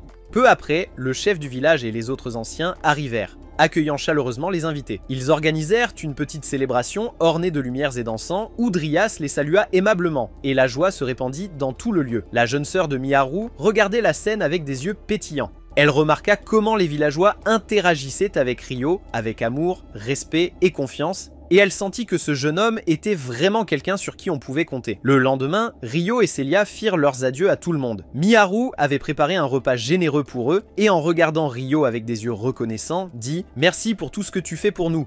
Je promets que je te rembourserai un jour. » Il sourit simplement en retour, puis partit avec Celia et Aishia, se dirigeant vers le domaine familial de Celia. Pendant ce temps, dans une autre partie du royaume, le héros invoqué d'un autre monde se tenait devant la princesse. Elle lui dit qu'une cérémonie spéciale serait organisée pour accueillir la nouvelle héroïne invoquée et qu'il était personnellement invité. Elle mentionna également que la princesse Flora et le duc seraient présents. Bien que le duc ait le dernier mot dans de telles affaires, le héros était déjà distrait. Captivé par le charme de la princesse, il accepta immédiatement l'invitation et demanda si elle-même y assisterait. Lorsqu'elle répondit oui, il sourit et confirma qu'il serait définitivement présent. Cette nuit-là, Ryo et Celia arrivèrent chez sa famille. Elle était submergée par l'émotion en revenant. Elle dit à Ryo qu'il y avait un passage secret dans le jardin que seuls les membres de la famille connaissaient et suggéra qu'ils l'utilisent pour déposer la lettre. Mais Ryo préférait utiliser les arts spirituels pour cacher leur présence. Et en effet, ils réussirent à entrer sans être remarqués par les gardes. À ce moment précis, le père de Celia était assis dans son bureau. Lorsqu'elle alluma la lanterne, le cristal à côté de lui s'illumina, signalant que sa fille était arrivée. Il se précipita vers le passage, mais ne trouva qu'une lettre manuscrite. « Je vis maintenant une vie paisible parmi des gens en qui j'ai confiance. Je sais que je t'ai déçu en refusant d'épouser le duc, mais je promets de revenir un jour et de tout te raconter. » Il lut la lettre et soupira de soulagement, réalisant qu'elle venait de partir il y a quelques instants. Pendant ce temps, Ryo et Celia avaient déjà décollé. S'envolant dans le ciel, il se tourna vers elle et lui demanda si elle était sûre de ne pas vouloir voir sa famille. Elle répondit fermement que c'était la meilleure décision pour l'instant pour éviter les complications. Puis, avec une profonde sincérité, elle le remercia pour tout ce qu'il avait fait pour elle. Le lendemain matin, Uzoma naviguait à bord de son navire lorsqu'elle aperçut soudain un énorme dragon volant au-dessus. Sa taille était terrifiante. Un seul coup de sa part aurait pu les effacer de la surface de la Terre. Heureusement, la chance était de leur côté. Le dragon ne remarqua pas le navire et continua son chemin comme si de rien n'était. À ce moment-là, Uzoma et son équipage ont réalisé que continuer le voyage serait un énorme risque.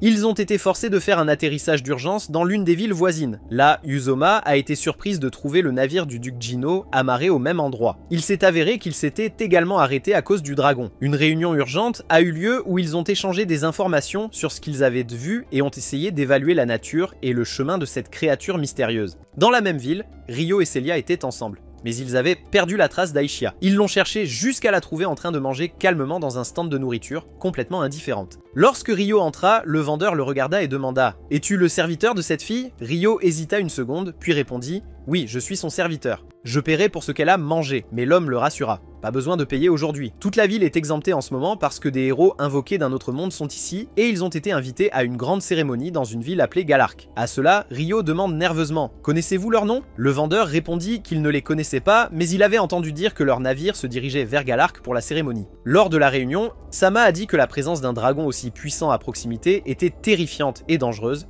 bien au-delà de ce que les humains pouvaient gérer. Uzoma a répondu que dans le pire des cas, si le dragon menaçait la ville, il proposerait une évacuation. Sama lui a alors demandé ce qu'elle comptait faire maintenant. Elle a dit qu'elle retournait dans son pays natal. Elle avait laissé son assistant aux commandes, mais en vérité, c'était elle la véritable dirigeante, et son pays avait besoin d'elle. Sama avait l'air inquiet et a dit que revenir maintenant était risqué, mais Uzoma l'a rassuré en disant que ses servantes étaient habituées au combat et au danger. Sama a répondu fermement « Je suis un héros ». Comment puis-je rester là et regarder? Je viens avec vous. L'un d'eux a essayé de s'opposer, mais Gustave a interrompu en disant « C'est un héros, notre statut ne nous permet pas de l'arrêter ou de lui donner des ordres ». Uzoma a ensuite précisé que Sama était un héros d'un autre royaume et ne devait pas risquer sa vie pour eux, mais sa persistance l'a finalement convaincu. Alors qu'il se préparait à partir, l'un des gardes envoyés par le duc pour la protéger arriva. Il se présenta comme Brandt et il s'avéra qu'il connaissait la servante, Arya, depuis longtemps. Il lui dit qu'il l'avait cherchée pendant longtemps et que ce qui était arrivé à sa famille avait été cruel. Arya répondit calmement « La princesse Uzoma m'a adopté, je la sers maintenant ». Le convoi se mit en route. Sur la route, Arya cria soudain aux gardes d'arrêter les carrosses. Un grand nombre de monstres étaient apparus devant et des deux côtés,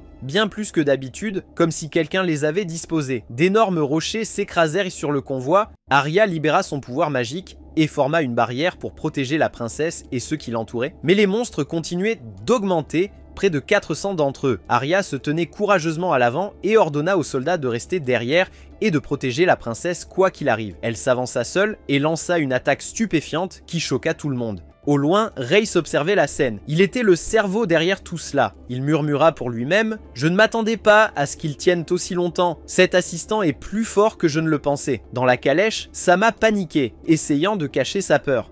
Il fit semblant d'être calme et dit « Pourquoi les gardes ne se sont-ils pas encore occupés des monstres? Si cela continue, j'interviendrai. » Soudain, un objet massif s'écrasa sur la calèche, la secouant violemment. Sama dégaina son épée et cria « Je n'en peux plus, je me bats !» Il sauta hors de la calèche, suivi par les deux princesses. Uzoma lança un sort de barrière pour protéger Flora. Pourtant, Sama hésitait à libérer son pouvoir. Il savait que l'activer attirerait les monstres vers lui. Et la vérité était qu'il n'avait pas la compétence réelle pour affronter un tel nombre écrasant, alors il demanda à la troisième princesse de s'occuper de Flora et d'aider un soldat blessé. Elle utilisa une technique de guérison qui raviva leur morale. Son assistante revint bientôt et rapporta qu'elle avait éliminé de nombreux monstres. La princesse sourit avec confiance et dit « Je compte sur toi. Terminez le reste. » Son assistante se précipita en avant, combattant avec une telle puissance que Brandt resta stupéfait par sa force. Mais le véritable choc survint lorsqu'un minotaure apparut. La bête massive s'approcha de Sama avec des pas lourds. Sama s'effondra au sol, figé de terreur. La bête chargea vers la servante, qui évita de justesse le premier coup. Pourtant, ce léger coup projeta la calèche au loin, manquant de tuer Flora, jusqu'à ce qu'Uzoma la sauve à la dernière seconde. Juste au moment où la bête s'apprêtait à brandir à nouveau son épée massive, un éclair tranchant traversa l'air. C'était Ryo descendant du ciel. Il leva son épée et trancha le corps du Minotaure, l'effaçant en quelques secondes.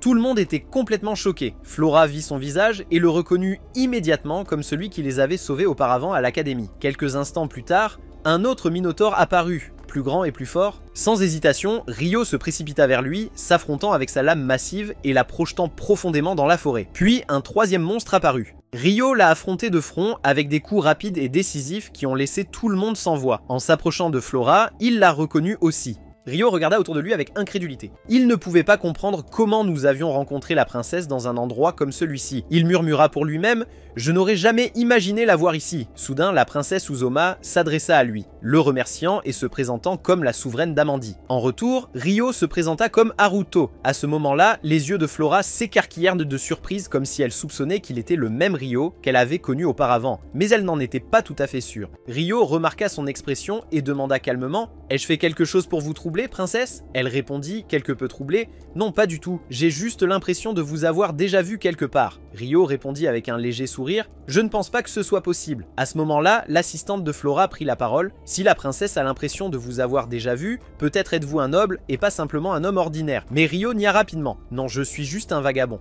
Je voyage de lieu en lieu, m'entraînant à l'épée. Je n'ai aucun lien avec la royauté. » Soudain, une servante s'approcha. Dès qu'elle posa les yeux sur Ryo, elle le reconnut instantanément. En l'appelant par son nom, elle dit « Haruto, c'est moi qui t'ai aidé chez Rika ce jour-là. Je suis Chloé. » Cela surprit la princesse qui ne s'attendait pas à ce que Chloé le connaisse. Chloé expliqua rapidement « J'étais responsable de la succursale principale à Amandi et je l'ai rencontré là-bas. » La princesse la regarda avec stupéfaction, puis se tourna vers Ryo et dit « Je ne savais pas que vous étiez l'un de nos clients. Merci encore. » À ce moment-là, Sama apparut et se présenta comme le nouveau héros invoqué. Dès que Ryo entendit son nom, il déduisit immédiatement qu'il venait lui aussi du Japon. Il sourit et dit « Alors, c'est toi dont tout le monde parle. Les rumeurs à votre sujet sont partout. » Sama répondit avec confiance. C'est exact. Ryo répondit avec respect. C'est un honneur de vous rencontrer. Sama sourit. Vous semblez être un épéiste talentueux. Votre combat était incroyable. Ryo répondit humblement. En vérité, vous me dépassez tous de loin. Être parmi vous me rend nerveux. La princesse Flora le regarda avec incrédulité et dit « Comment quelqu'un qui a tué un minotaure sans même cligner des yeux peut-il dire ça ?» Soudain, Sama commença à montrer des signes de jalousie. Il les pressa de continuer et le groupe reprit son chemin.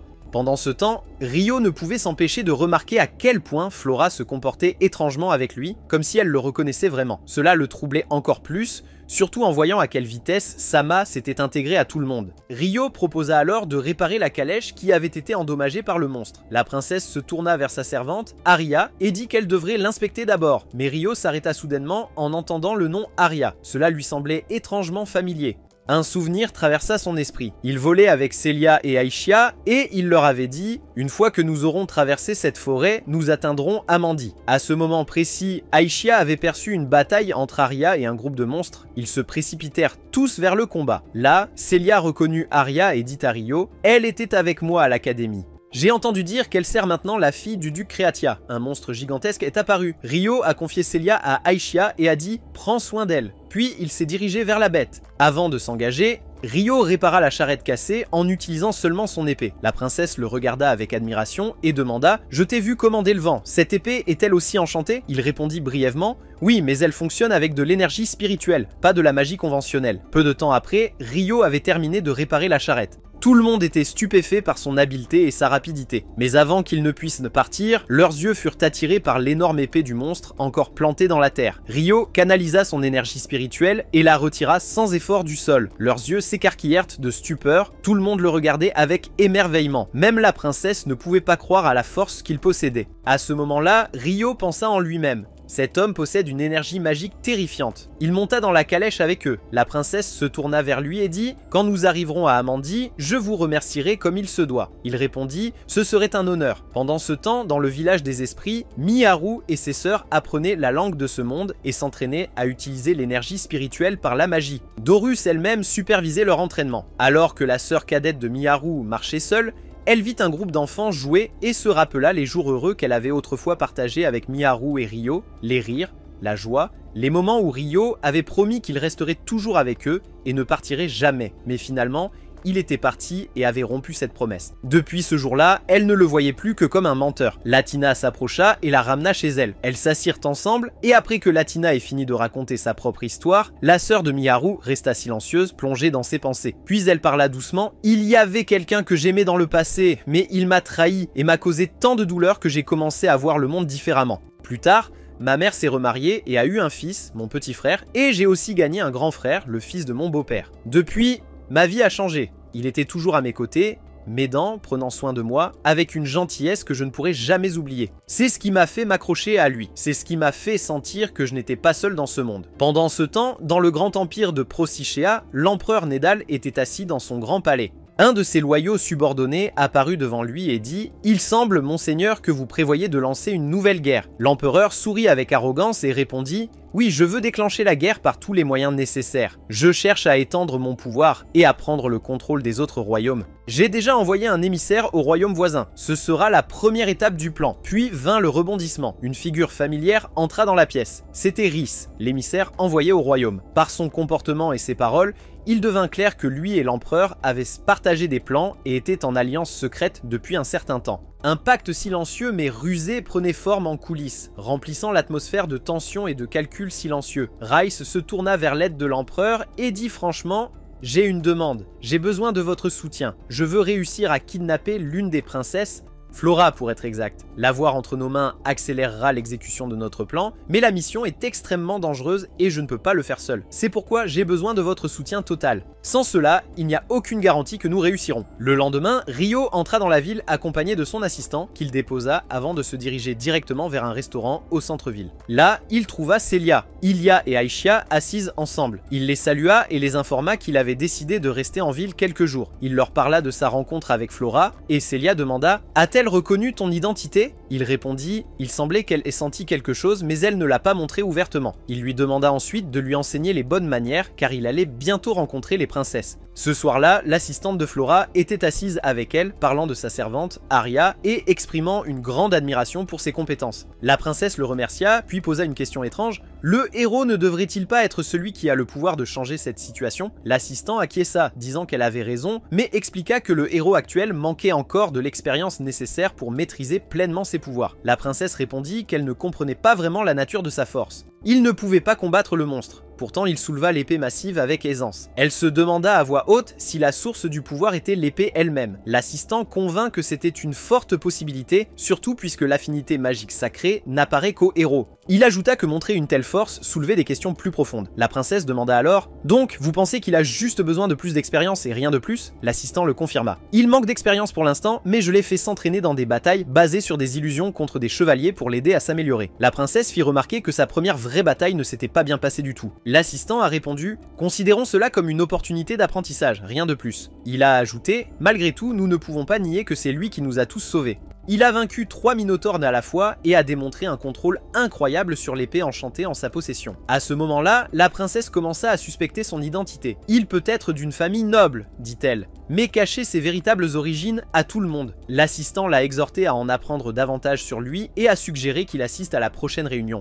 Elle accepta et il demanda également qu'elle envoie des chevaliers enquêter dans la forêt pour trouver des indices sur l'apparition du monstre. La scène passa à 2 gardes de la reine marchant avec 2 jeunes femmes profitant clairement d'elle pour de l'argent. Les filles ne savaient pas que les hommes étaient des soldats. Elles pensaient qu'ils étaient simplement des nobles ordinaires. Alors qu'ils marchaient, les gardes râlaient à propos des ordres du héros, leur visage montrant un ressentiment évident. Ils le détestaient, ils ne le voyaient pas comme un vrai noble, et certainement pas digne de les diriger. Il n'était qu'un homme d'un autre monde. Ils sont arrivés à un hôtel et ont exigé une chambre spécifique. Le réceptionniste leur a dit qu'elle était déjà occupée et a proposé d'autres chambres, mais ils ont refusé. Ils ont même proposé de payer le triple du prix, mais l'employé a refusé fermement. Ils sont devenus agressifs, le menaçant avec leur autorité. À leur insu, la chambre qu'ils demandaient était celle actuellement occupée par Ryo, Celia et Aishia. Ryo entendit les cris à l'extérieur et soudain les gardes firent irruption dans la chambre. Le personnel de l'hôtel, effrayé, se précipita pour s'excuser auprès de Ryo.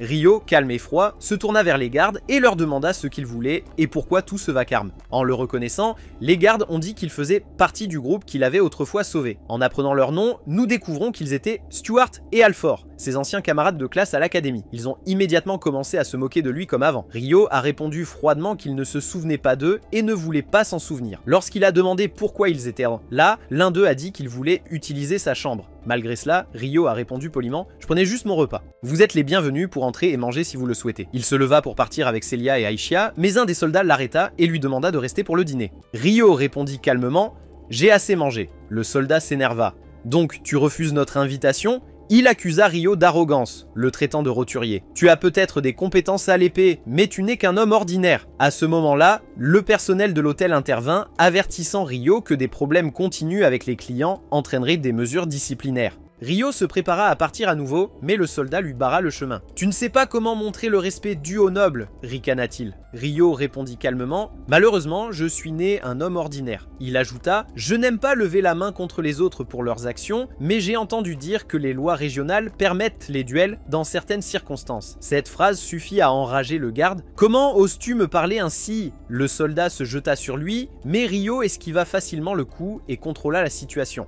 Dans un flou, il asséna un coup écrasant qui envoya Stuart et Alford au sol. La nouvelle parvint rapidement à l'assistante de la princesse. Elle était embarrassée par ce qui s'était passé. Ce n'était pas ainsi qu'elle voulait que Ryo voie la noblesse. Déterminée à arranger la situation, elle décida de s'excuser auprès de Ryo en personne. En même temps, l'assistant de Flora résolut d'enseigner aux soldats une leçon qu'ils n'oublieraient jamais. Il les confronta avec fureur. « Je n'ai jamais attendu quelque chose de bon de vous deux, mais ça... » Il les réprimanda sévèrement. « Votre stupidité est devenue mon fardeau. » Il annonça qu'il n'aurait pas de seconde chance. « La punition sera la destitution de vos titres. Vous ne serez plus des nobles. » Les soldats protestèrent. C'était juste une bagarre avec un épéiste. Mais leur père cria furieusement Cet épéiste possède un talent qui dépasse largement le vôtre. Il a vaincu 3 monstres à la fois avec une puissance terrifiante et une maîtrise parfaite de son épée. Pensez-vous pouvoir faire cela? Il déclara ensuite « Je vous donnerai une dernière chance pour restaurer votre réputation. Vous participerez à l'enquête de la forêt. La princesse Flora elle-même la supervisera. Si vous faites vos preuves, je pourrai reconsidérer mon soutien. Mais si vous échouez, vous serez renvoyé à Rodania et emprisonné à vie. » Finalement, ils ont accepté. Mais il a précisé une condition. Ils doivent d'abord s'excuser auprès de Rio. Bien qu'ils se sentent humiliés, ils n'avaient pas le choix. Pendant ce temps, la princesse était avec Rio. Elle l'informa de leurs excuses et dit qu'elle accorderait toute demande qu'il leur ferait. Rio répondit calmement « J'accepte leurs excuses et je n'ai besoin de rien de personne. » Plus tard, il se rendit au palais où les 2 soldats arrivèrent et s'inclinèrent devant lui. Sans hésitation, Rio accepta leurs excuses. Après cela, il rejoignit le héros et le reste du groupe à nouveau. La princesse lui a demandé le début de son voyage. Il lui a dit qu'il avait commencé à l'âge de 11 ans après la mort de ses parents et qu'il avait maintenant 16 ans. À ce moment-là, l'assistant du duc lui a offert un poste au palais qui lui permettrait de s'élever rapidement à la noblesse avec un salaire généreux parce que sa force le méritait amplement. Mais Rio a fermement refusé. Il a dit qu'il préférait vivre librement selon ses propres termes sans contrainte. En même temps, les soldats qui s'étaient affrontés à Rio sont allés dans la forêt comme l'avait demandé la princesse. Ils ont cherché le moindre indice qui pourrait expliquer ce qui s'était passé. L'un d'eux était furieux. Pourquoi suis-je obligé de faire ça? Pourquoi dois-je marcher avec des soldats inutiles pour quelqu'un comme Rio qui ne le mérite même pas? Alors qu'ils continuaient à marcher, leur capitaine les avertit des possibles attaques de monstres. Puis soudain, l'assistant de l'empereur apparut devant eux.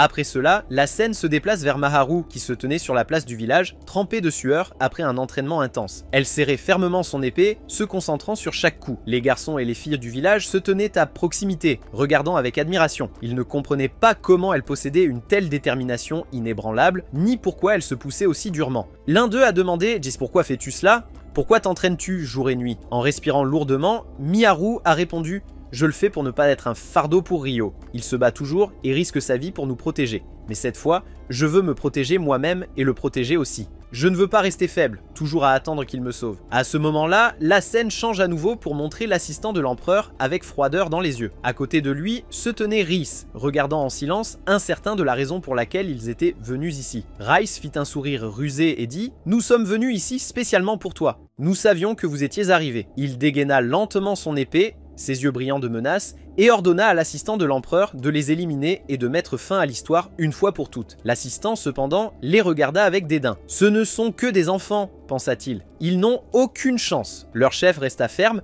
mais l'assistant se jeta sur eux avec une vitesse terrifiante, les abattant un par un. Les soldats tombaient devant lui comme des feuilles au vent, et en quelques instants, seuls des corps faibles et brisés restaient au sol. Puis Rhys s'avança calmement, prenant note des noms des soldats tombés. À voir son expression, il était clair que ce n'était pas juste une embuscade, quelque chose de bien plus grand se préparait. Quelques soldats conscients ont essayé de fuir, y compris un garde noble, mais avant qu'ils ne puissent faire 2 pas, l'assistant est apparu juste devant eux, les saisissant avec une force écrasante, ne laissant aucune chance de s'échapper. En même temps, Rio faisait ses adieux à Flora après l'avoir rencontrée, mais elle l'a invité à une fête de thé, il a accepté. Sa présence semblait avoir eu un impact étrange sur Flora, suffisamment pour que le héros, Sama, le remarque. Il lui dit « Depuis que Rio est apparu, tes yeux ne l'ont pas quitté, tu as changé. » Elle tenta de se justifier, disant qu'elle essayait simplement de comprendre son talent pour le bien du royaume. Puis nous sommes retournés à Rhys, qui se réveille soudainement d'un cauchemar terrifiant. Il réalise que les soldats qui étaient autrefois avec lui s'étaient maintenant transformés en monstres. Il regarde avec terreur l'un de ses camarades se transformer en bête juste devant ses yeux. L'un d'eux dit « Nous avons transformé tous tes amis soldats et tu seras le prochain. Mais cette fois, tu ne seras pas comme ces fantômes, tu seras quelque chose de différent. » Ils implantent un étrange joyau dans son corps, lui causant une douleur insupportable alors qu'il commence à se transformer en une créature hideuse et terrifiante. Pendant ce temps, le duc remarque que le groupe de soldats qu'il avait envoyé n'est pas revenu et il n'y a eu aucune nouvelle d'eux. L'inquiétude commence à s'insinuer dans son cœur. Il décide d'attendre un jour de plus et s'ils ne reviennent pas, il ira les chercher lui-même. « J'avais raison, murmure-t-il. Nous avons besoin de quelqu'un de plus talentueux pour nous aider. » En même temps, Flora était perdue dans ses pensées, essayant de rassembler ses sentiments à propos de Rio. Elle était confuse par la façon étrange dont elle avait agi envers lui. Puis le duc est arrivé et l'a informé de ce qui s'était passé. Il s'excusa en disant « Mes soldats ont été perdus à cause de cette mission, mais la princesse admit son erreur. J'aurais dû envoyer mes propres gardes, pas les vôtres. Ils sont peut-être déjà morts. Elle suggéra d'envoyer un groupe plus fort cette fois. Le duc proposa « Nous devrions faire accompagner Rio. Il pourrait être la clé de la victoire et de l'élimination définitive des monstres. » La princesse accepta l'idée. De retour avec Rhys, il se tenait maintenant parmi les monstres. Son assistant l'informa que la transformation des soldats nobles était terminée et qu'ils commenceraient leur mouvement à l'aube. Cette nouvelle créature était bien plus puissante que les autres, hautement qualifiée au combat et serait une arme mortelle dans la bataille à venir. Ailleurs, Aisha réveilla Rio et l'informa d'une terrible menace. Des monstres avaient commencé à apparaître et avaient senti leur présence, mais n'avaient pas encore localisé leur position. Pendant ce temps, les monstres se rapprochaient et les soldats sonnèrent rapidement les cornes d'alarme pour garder les gens à l'intérieur de leur maison. Célia se réveilla au son des sirènes bruyantes et courut vers Rio. Son cœur était rempli d'inquiétude, elle demanda ce qui se passait et Rio répondit calmement « Notre priorité est de recueillir des informations sur les monstres attaquants. » Célia insista pour se battre. Elle lui a dit qu'elle maîtrisait bien la magie. Il a accepté et est allé évaluer la situation lui-même. Là, il découvrit que les monstres avaient franchi les portes de la ville et brisé les défenses environnantes. Malgré tout, Rio croyait encore qu'il y avait de l'espoir. Mais soudain, Aisha revint et l'avertit qu'un autre groupe de monstres entrait dans la ville par une direction différente. Cela signifiait que la ville était maintenant encerclée. Les citoyens commencèrent à fuir vers l'est, mais cela créa un nouveau problème. Les monstres avaient déjà infiltré de ce côté-là. À ce moment-là, les soldats se préparaient à lancer une attaque de grande envergure, mais la force des monstres était écrasante. Ils ont détruit les portes principales du palais et ont fait irruption à l'intérieur. Même les servantes ont commencé à se défendre. C'était le chaos jusqu'à ce que Rio intervienne. Il a chargé un monstre de front, le terrassant, puis un autre groupe, il les a vaincus aussi. Tout le monde regardait avec admiration. En même temps, la princesse dirigeait les soldats restants, essayant de maintenir les lignes. Une des gardes féminines l'informa « Grâce à Rio, nous avons repris le contrôle de la majeure partie de la bataille. » Soulagée, la princesse se sentit un peu plus à l'aise. Mais loin de tout cela, Rhys et l'assistant de l'empereur se cachèrent dans un endroit éloigné. Observant tout avec une joie perverse, ils avaient réussi à libérer les monstres au cœur du royaume. Pendant ce temps, Rio continuait à se battre avec une compétence inégalée. Même les soldats ne pouvaient pas le quitter des yeux. Sa puissance stupéfiait tout le monde. Mais au milieu de la bataille, il remarqua quelque chose d'étrange. Un groupe de monstres restait immobile, ne participant pas au combat. Il réalisa rapidement qu'ils n'étaient pas de vrais monstres. C'étaient des soldats du royaume transformés par les sombres pouvoirs de Rhys. En se concentrant sur leur visage, il se dit « Je me souviens avoir combattu ces hommes auparavant. À l'époque, je pouvais les abattre en quelques secondes. Si l'un d'eux parvient à se faufiler dans la ville maintenant, il pourrait semer le chaos. Leur objectif n'est pas seulement de se battre, c'est tout autre chose. » Mais au lieu de perdre du temps avec eux, Rio a décidé de se déplacer vers une autre zone pour continuer à se battre et empêcher les monstres d'avancer davantage. À ce moment-là, les monstres soldats ont commencé à pousser des cris étranges et terrifiants. Les gardes restaient figés, incapables de comprendre ce qui se passait. Soudain, Rhys se tourna vers le soldat noble et dit « C'est à ton tour maintenant, va les attaquer toi-même. Nous comptons entièrement sur toi. » Soudain, les monstres se ruèrent en avant comme une tempête déchaînés et déchirèrent les soldats sans pitié. La catastrophe s'aggrava lorsqu'un monstre gigantesque apparut, faisant trembler la terre à chaque pas. À ce moment-là, Arya, la servante de Flora, décida de se mettre en travers du chemin du monstre et de lui résister de toutes ses forces. Pendant ce temps, Rio remarqua un autre monstre fonçant sur une petite fille terrifiée qui ne pouvait pas bouger. Il s'élança à toute vitesse et trancha la bête en deux avant qu'elle ne l'atteigne pour découvrir un autre monstre derrière lui qui l'élimina instantanément. Peu après, un garde confus s'approcha de Rio et dit « Vous êtes Rio, n'est-ce pas? J'ai un message urgent de la princesse. Vous devez aller à son bureau immédiatement. » Au même moment, le soldat noble se tenait à côté de l'assistant de l'empereur qui lui dit froidement « Votre mission commence maintenant. Attaquez la princesse et le héros, mais ne faites pas de mal à la princesse, vous me comprenez ?» À proximité, un garde entendit la conversation. L'assistant le remarqua et ordonna au soldat noble de le faire taire. Le soldat obéit et le tua instantanément. Cependant, le cri mourant du garde atteignit ceux dans le bureau de la princesse, les alertant que quelque chose n'allait pas. Soudain, le noble soldat fit irruption dans le bureau, accompagné de monstres terrifiants qui attaquèrent sans hésitation. Le héros réagit immédiatement et un des gardes de la reine s'avança pour défendre. Mais une bête massive bloqua son chemin et le maîtrisa avec aisance. L'instant suivant, le noble soldat frappa le héros avec une force dévastatrice, le rendant inconscient d'un seul coup. Tout le monde était sous le choc, non seulement à cause de la puissance et de l'apparence du monstre, mais parce qu'il parlait. Cela n'était jamais arrivé auparavant. Puis la créature se précipita sur le duc Urvé, son propre père, et lui porta un coup mortel à l'abdomen. L'autre fils du duc, engagé dans un combat avec un autre monstre, ne pouvait pas l'aider. La bête poursuivit son assaut, puis attrapa le duc et le projeta vers son fils figé. Avec tous les monstres et ennemis occupés dans la bataille, la princesse vit une chance de s'échapper. Elle courut rapidement, mais dès qu'elle sortit du bureau, elle fut choquée de trouver l'assistant de l'empereur qui l'attendait. Il l'attrapa et quitta le bâtiment. Pendant ce temps, Ryo se tenait à côté de l'autre princesse qui le remercia de l'avoir sauvée. Mais Aishia interrompit, disant qu'il y avait encore des monstres à l'intérieur du bâtiment. La princesse n'en revenait pas. Elle a dit que le bâtiment était protégé par des soldats d'élite et qu'aucun rapport de ce genre ne lui était parvenu. Mais Ryo et Aishia ont insisté, alors la princesse a suivi leurs conseils et a ordonné aux soldats de fouiller tout l'endroit. À ce moment-là, Rice a parlé avec l'assistant de l'empereur, lui disant de s'échapper avec la princesse pour éviter d'être pris dans une bataille inutile. Il devint clair que le véritable objectif depuis le début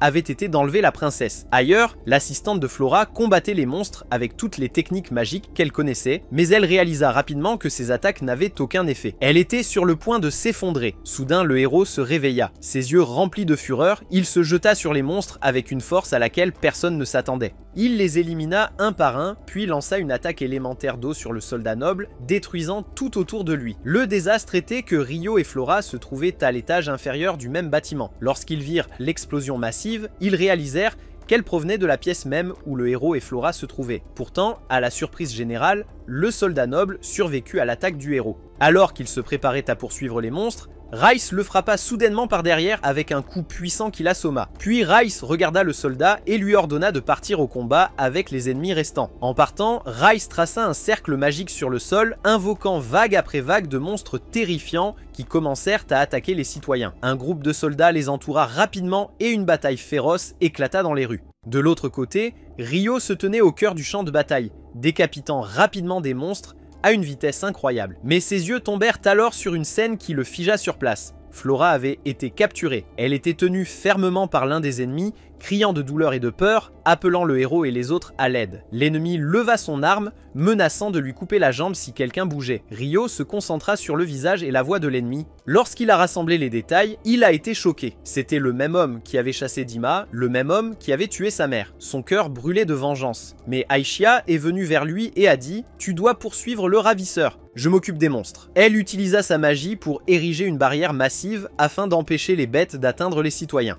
Ryo accepta 6 mots. Avant de partir, il regarda Flora et fit un vœu devant tout le monde. « Je te sauverai quoi qu'il en coûte. » Puis il se précipita après l'ennemi. Pendant ce temps, les autres ne comprenaient pas pourquoi le nombre de monstres continuait d'augmenter. Aishia poursuivait sa tâche, érigeant des barrières pour protéger les gens. La princesse était stupéfaite par l'immense pouvoir magique d'Aishia. C'était comme si elle venait d'un autre monde. Mais Celia s'approcha d'elle et expliqua qu'Aishia possédait la même force magique mystérieuse que Ryo. En effet, Aishia commença à déchaîner sa puissance terrifiante contre les monstres. Elle les frappait avec une magie implacable, mais ils l'encerclèrent rapidement de tous côtés. À ce moment-là, le noble soldat revint, se dirigeant droit vers le groupe de Ryo. Il était clair qu'il avait l'intention de les éliminer, surtout Aishia. Dès qu'ils ont entendu sa voix, tout le monde a été stupéfait. Ces mots révélaient quelque chose de mystérieux. Mais avant qu'ils ne puissent en comprendre le sens, l'un des monstres a percé la barrière magique protégeant la princesse. Elle a rapidement construit un bouclier de pierre plus solide pour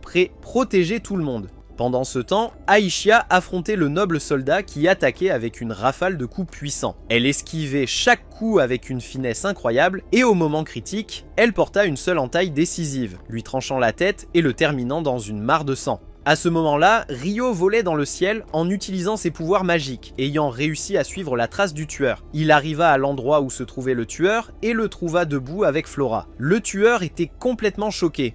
Personne n'avait jamais réussi à le suivre avec autant de précision auparavant. Pendant ce temps, Miharu faisait un rêve étrange. Elle voyait un homme debout devant elle, tenant son épée et dégageant une rage terrifiante. Elle vit aussi la mère de Ryo allongée dans une mare de sang, avec un petit enfant qui ressemblait à Ryo debout à côté d'elle. Au-dessus de son corps sans vie se tenait le tueur lui-même. Puis Ryo apparut dans le rêve, dégaina son épée et trancha la tête du tueur. Miharu se réveilla bouleversée, sentant que ce n'était pas juste un cauchemar aléatoire. C'était profondément lié à ce qui se passait réellement. Retour à Ryo, debout devant l'assistant de l'empereur, qui n'était autre que le meurtrier de sa mère. Rio lui demanda de s'identifier avant de dégainer son épée comme s'il était prêt à tuer Flora. Mais le regard froid et indifférent de Rio montrait clairement qu'il n'était pas venu pour protéger Flora. Il est venu pour une seule raison, la vengeance. Le tueur comprit cela, découvrit son visage et demanda si Rio l'avait cherché tout ce temps. Rio répondit sèchement « Oui ».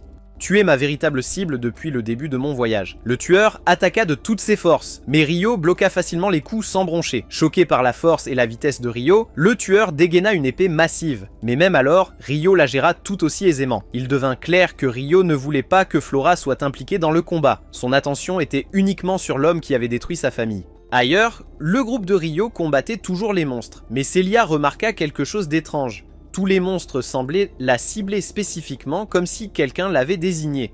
De retour avec Rio, il demanda au tueur pourquoi il nourrissait une telle haine. Le tueur dit qu'il lui dirait tout s'il s'assurait que la princesse reste en dehors du combat. Rio accepta et le tueur commença sa confession. « Il y a 10 ans, j'étais l'ami de ton père, mais je l'ai trahi et tué. Quand j'ai essayé de te tuer, ta mère est intervenue, alors je l'ai tué aussi. Jeter son corps à la poubelle après l'avoir forcé à boire quelque chose qui l'a complètement affaibli. Quand j'étais sur le point de te tuer, elle m'a supplié de t'épargner, et je l'ai fait. J'étais sûr qu'un jour tu reviendrais pour les venger, et te voilà. Bien que je doive dire, la couleur de tes cheveux a changé. » Une vague de tristesse et d'amertume frappa Rio alors qu'il se souvenait de son passé douloureux. Pourtant, il ne s'effondra pas. Il avait trop enduré pour tomber maintenant. À ce moment-là, Flora réalisa que Rio était le même garçon de l'académie, malgré son apparence qui avait changé. Elle était choquée, mais au fond joyeuse de finalement comprendre la vérité. Soudain, Rio éclata de fureur et trancha le bras du tueur. Le tueur paniqua et tenta de fuir, mais Rio le poursuivit à une vitesse incroyable et le frappa à nouveau.